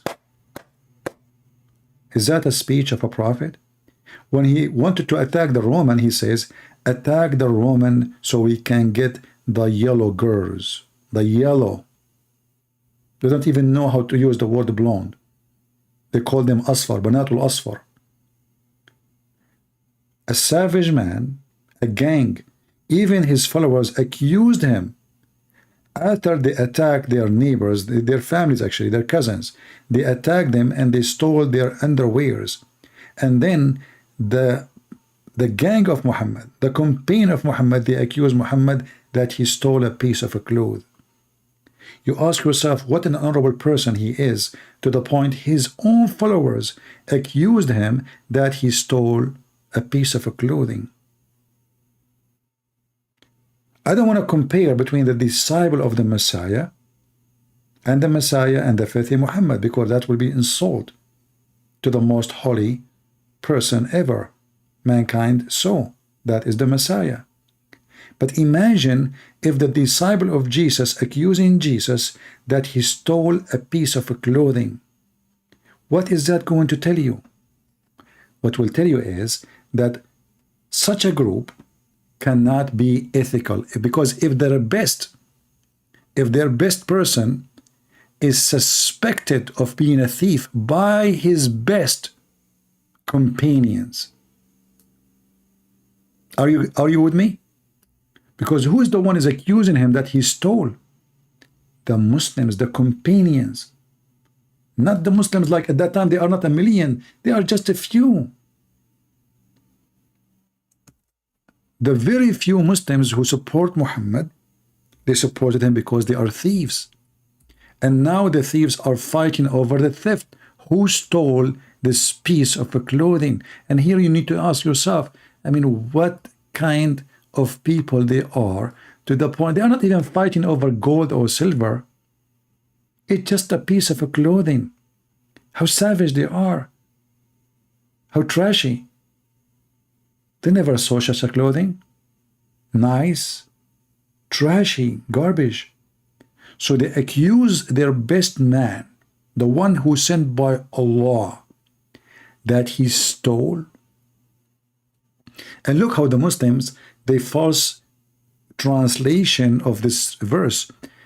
No prophet could ever be false in his trust. What trust? What false trust? What are you talking about?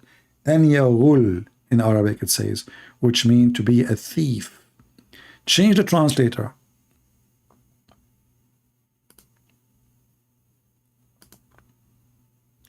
Never take a Muslim translation. Muslim translation is just a fraud. And look here, they try to cover it too. It is not of any prophet to take illegally a part of the booty. Look, see, they are trying to cover it. They don't say it's not for a prophet to be a thief. What take illegally? I mean, it's a booty anyway, which means it's a theft. They stole it from their neighbors, and now they are fighting about what they stole. And actually, this verse proved to us that Muhammad and his God both are liars. Why? Because if they accuse Muhammad that he stole a piece of clothing, what about Allah? He tell us who is the one who took it, and that will solve the problem.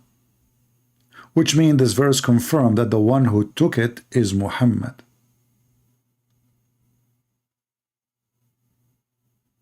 Don't Allah knew who took it? Instead of saying it's not Muhammad who took it, tell us who took it. And that will be really good. I mean, Allah supposedly is a God, and he can see everything. And now this is the time you can show us that you know everything. What the Quran says confirm two things: that Allah do not know, or Muhammad is the one who took it. He can't accuse anyone else, because then we go to his house, he have nothing. It is in the house of Muhammad. Otherwise, Allah, if he is God, he should say, go to the house of a Christian prince, open the drawer in the bedroom, the third drawer in the left, go there, you will see it. Yeah? And you will notice all the translations try to avoid what the word yaghul mean. Yaghul mean thief. Only if you have garbage friends, they will accuse you, and you are the best of them, to be a thief. That means you are a thief. And they are thieves too. And as you see, they are fighting over the booty, which is nothing but a theft. They took it unjustly.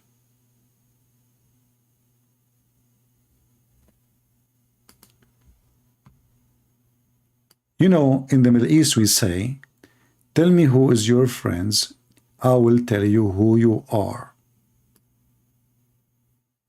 You want to know somebody, see who goes out with who. What kind of people he associate with. If they are drug dealers, he will be a drug dealer. If they are gays and lesbian, he will be like them. If they are, preachers, he will be a preacher. I mean, why he associate with them? If they are dancers, he will be like dancing, obviously. So tell me who is your friends, I will tell you who you are. And let us look at the friends of Muhammad and the friends of the Messiah, if we can call them friends. And they will see, we cannot even see, we cannot say even the word different. Different mean nothing, actually. The compare here is hilarious. And right away you will find that Muhammad is nothing but the biggest scam ever come to this earth. And those people, they are not only deceived, they are lying to themselves. All what they need to do, just open your books for 5 minutes, read your book, and you will see that your prophet is nothing but a scumbag. I mean, name one thing about this man is not evil and ugly. Sex with his children, sex with his own son wife, sex with the maid when the wife she was away. And there is nowhere in the Quran giving him license to have sex with the maid. The Quran gives him approval to rape women who they are captive of war. Fighting over the booties, accused of theft. Telling his son to keep his wife when he just came from the house, flirting with the wife. If his eyes fall into a woman, her husband must divorce her so the prophet can F her. All those description and many more is in the Quran. The best of the booty have to go to Muhammad. The fifth of the booty have to go to Muhammad. Muhammad do not need to pay dowry if you want to sleep with the women. It's for free. Muhammad, no woman can after him sleep with other man. It's he own her. Muslim woman, she can, if her husband pass away, she can go and marry. No, Muhammad, he own you until you die. He is above even his own religion. Muhammad have his own rules, which is no rules.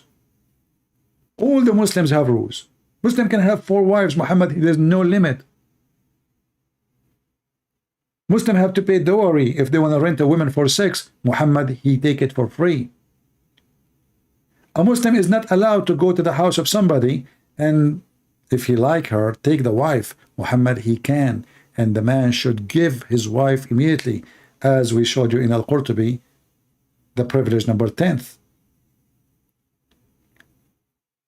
So always cult leaders, they share one thing. They want your money, your wife, and to be their slave. And that is exactly who is Muhammad. He used the name of his God to control them, but he is their God. Allah is just a tool to fool the Abdul. Thank you all for being here. May the Lord bless you. This is your brother Christian Prince was serving you humbly for today. Don't forget to download the videos because soon I'm going to do a cleaning to my channel so we can keep it clean from the name of Muhammad. Take care.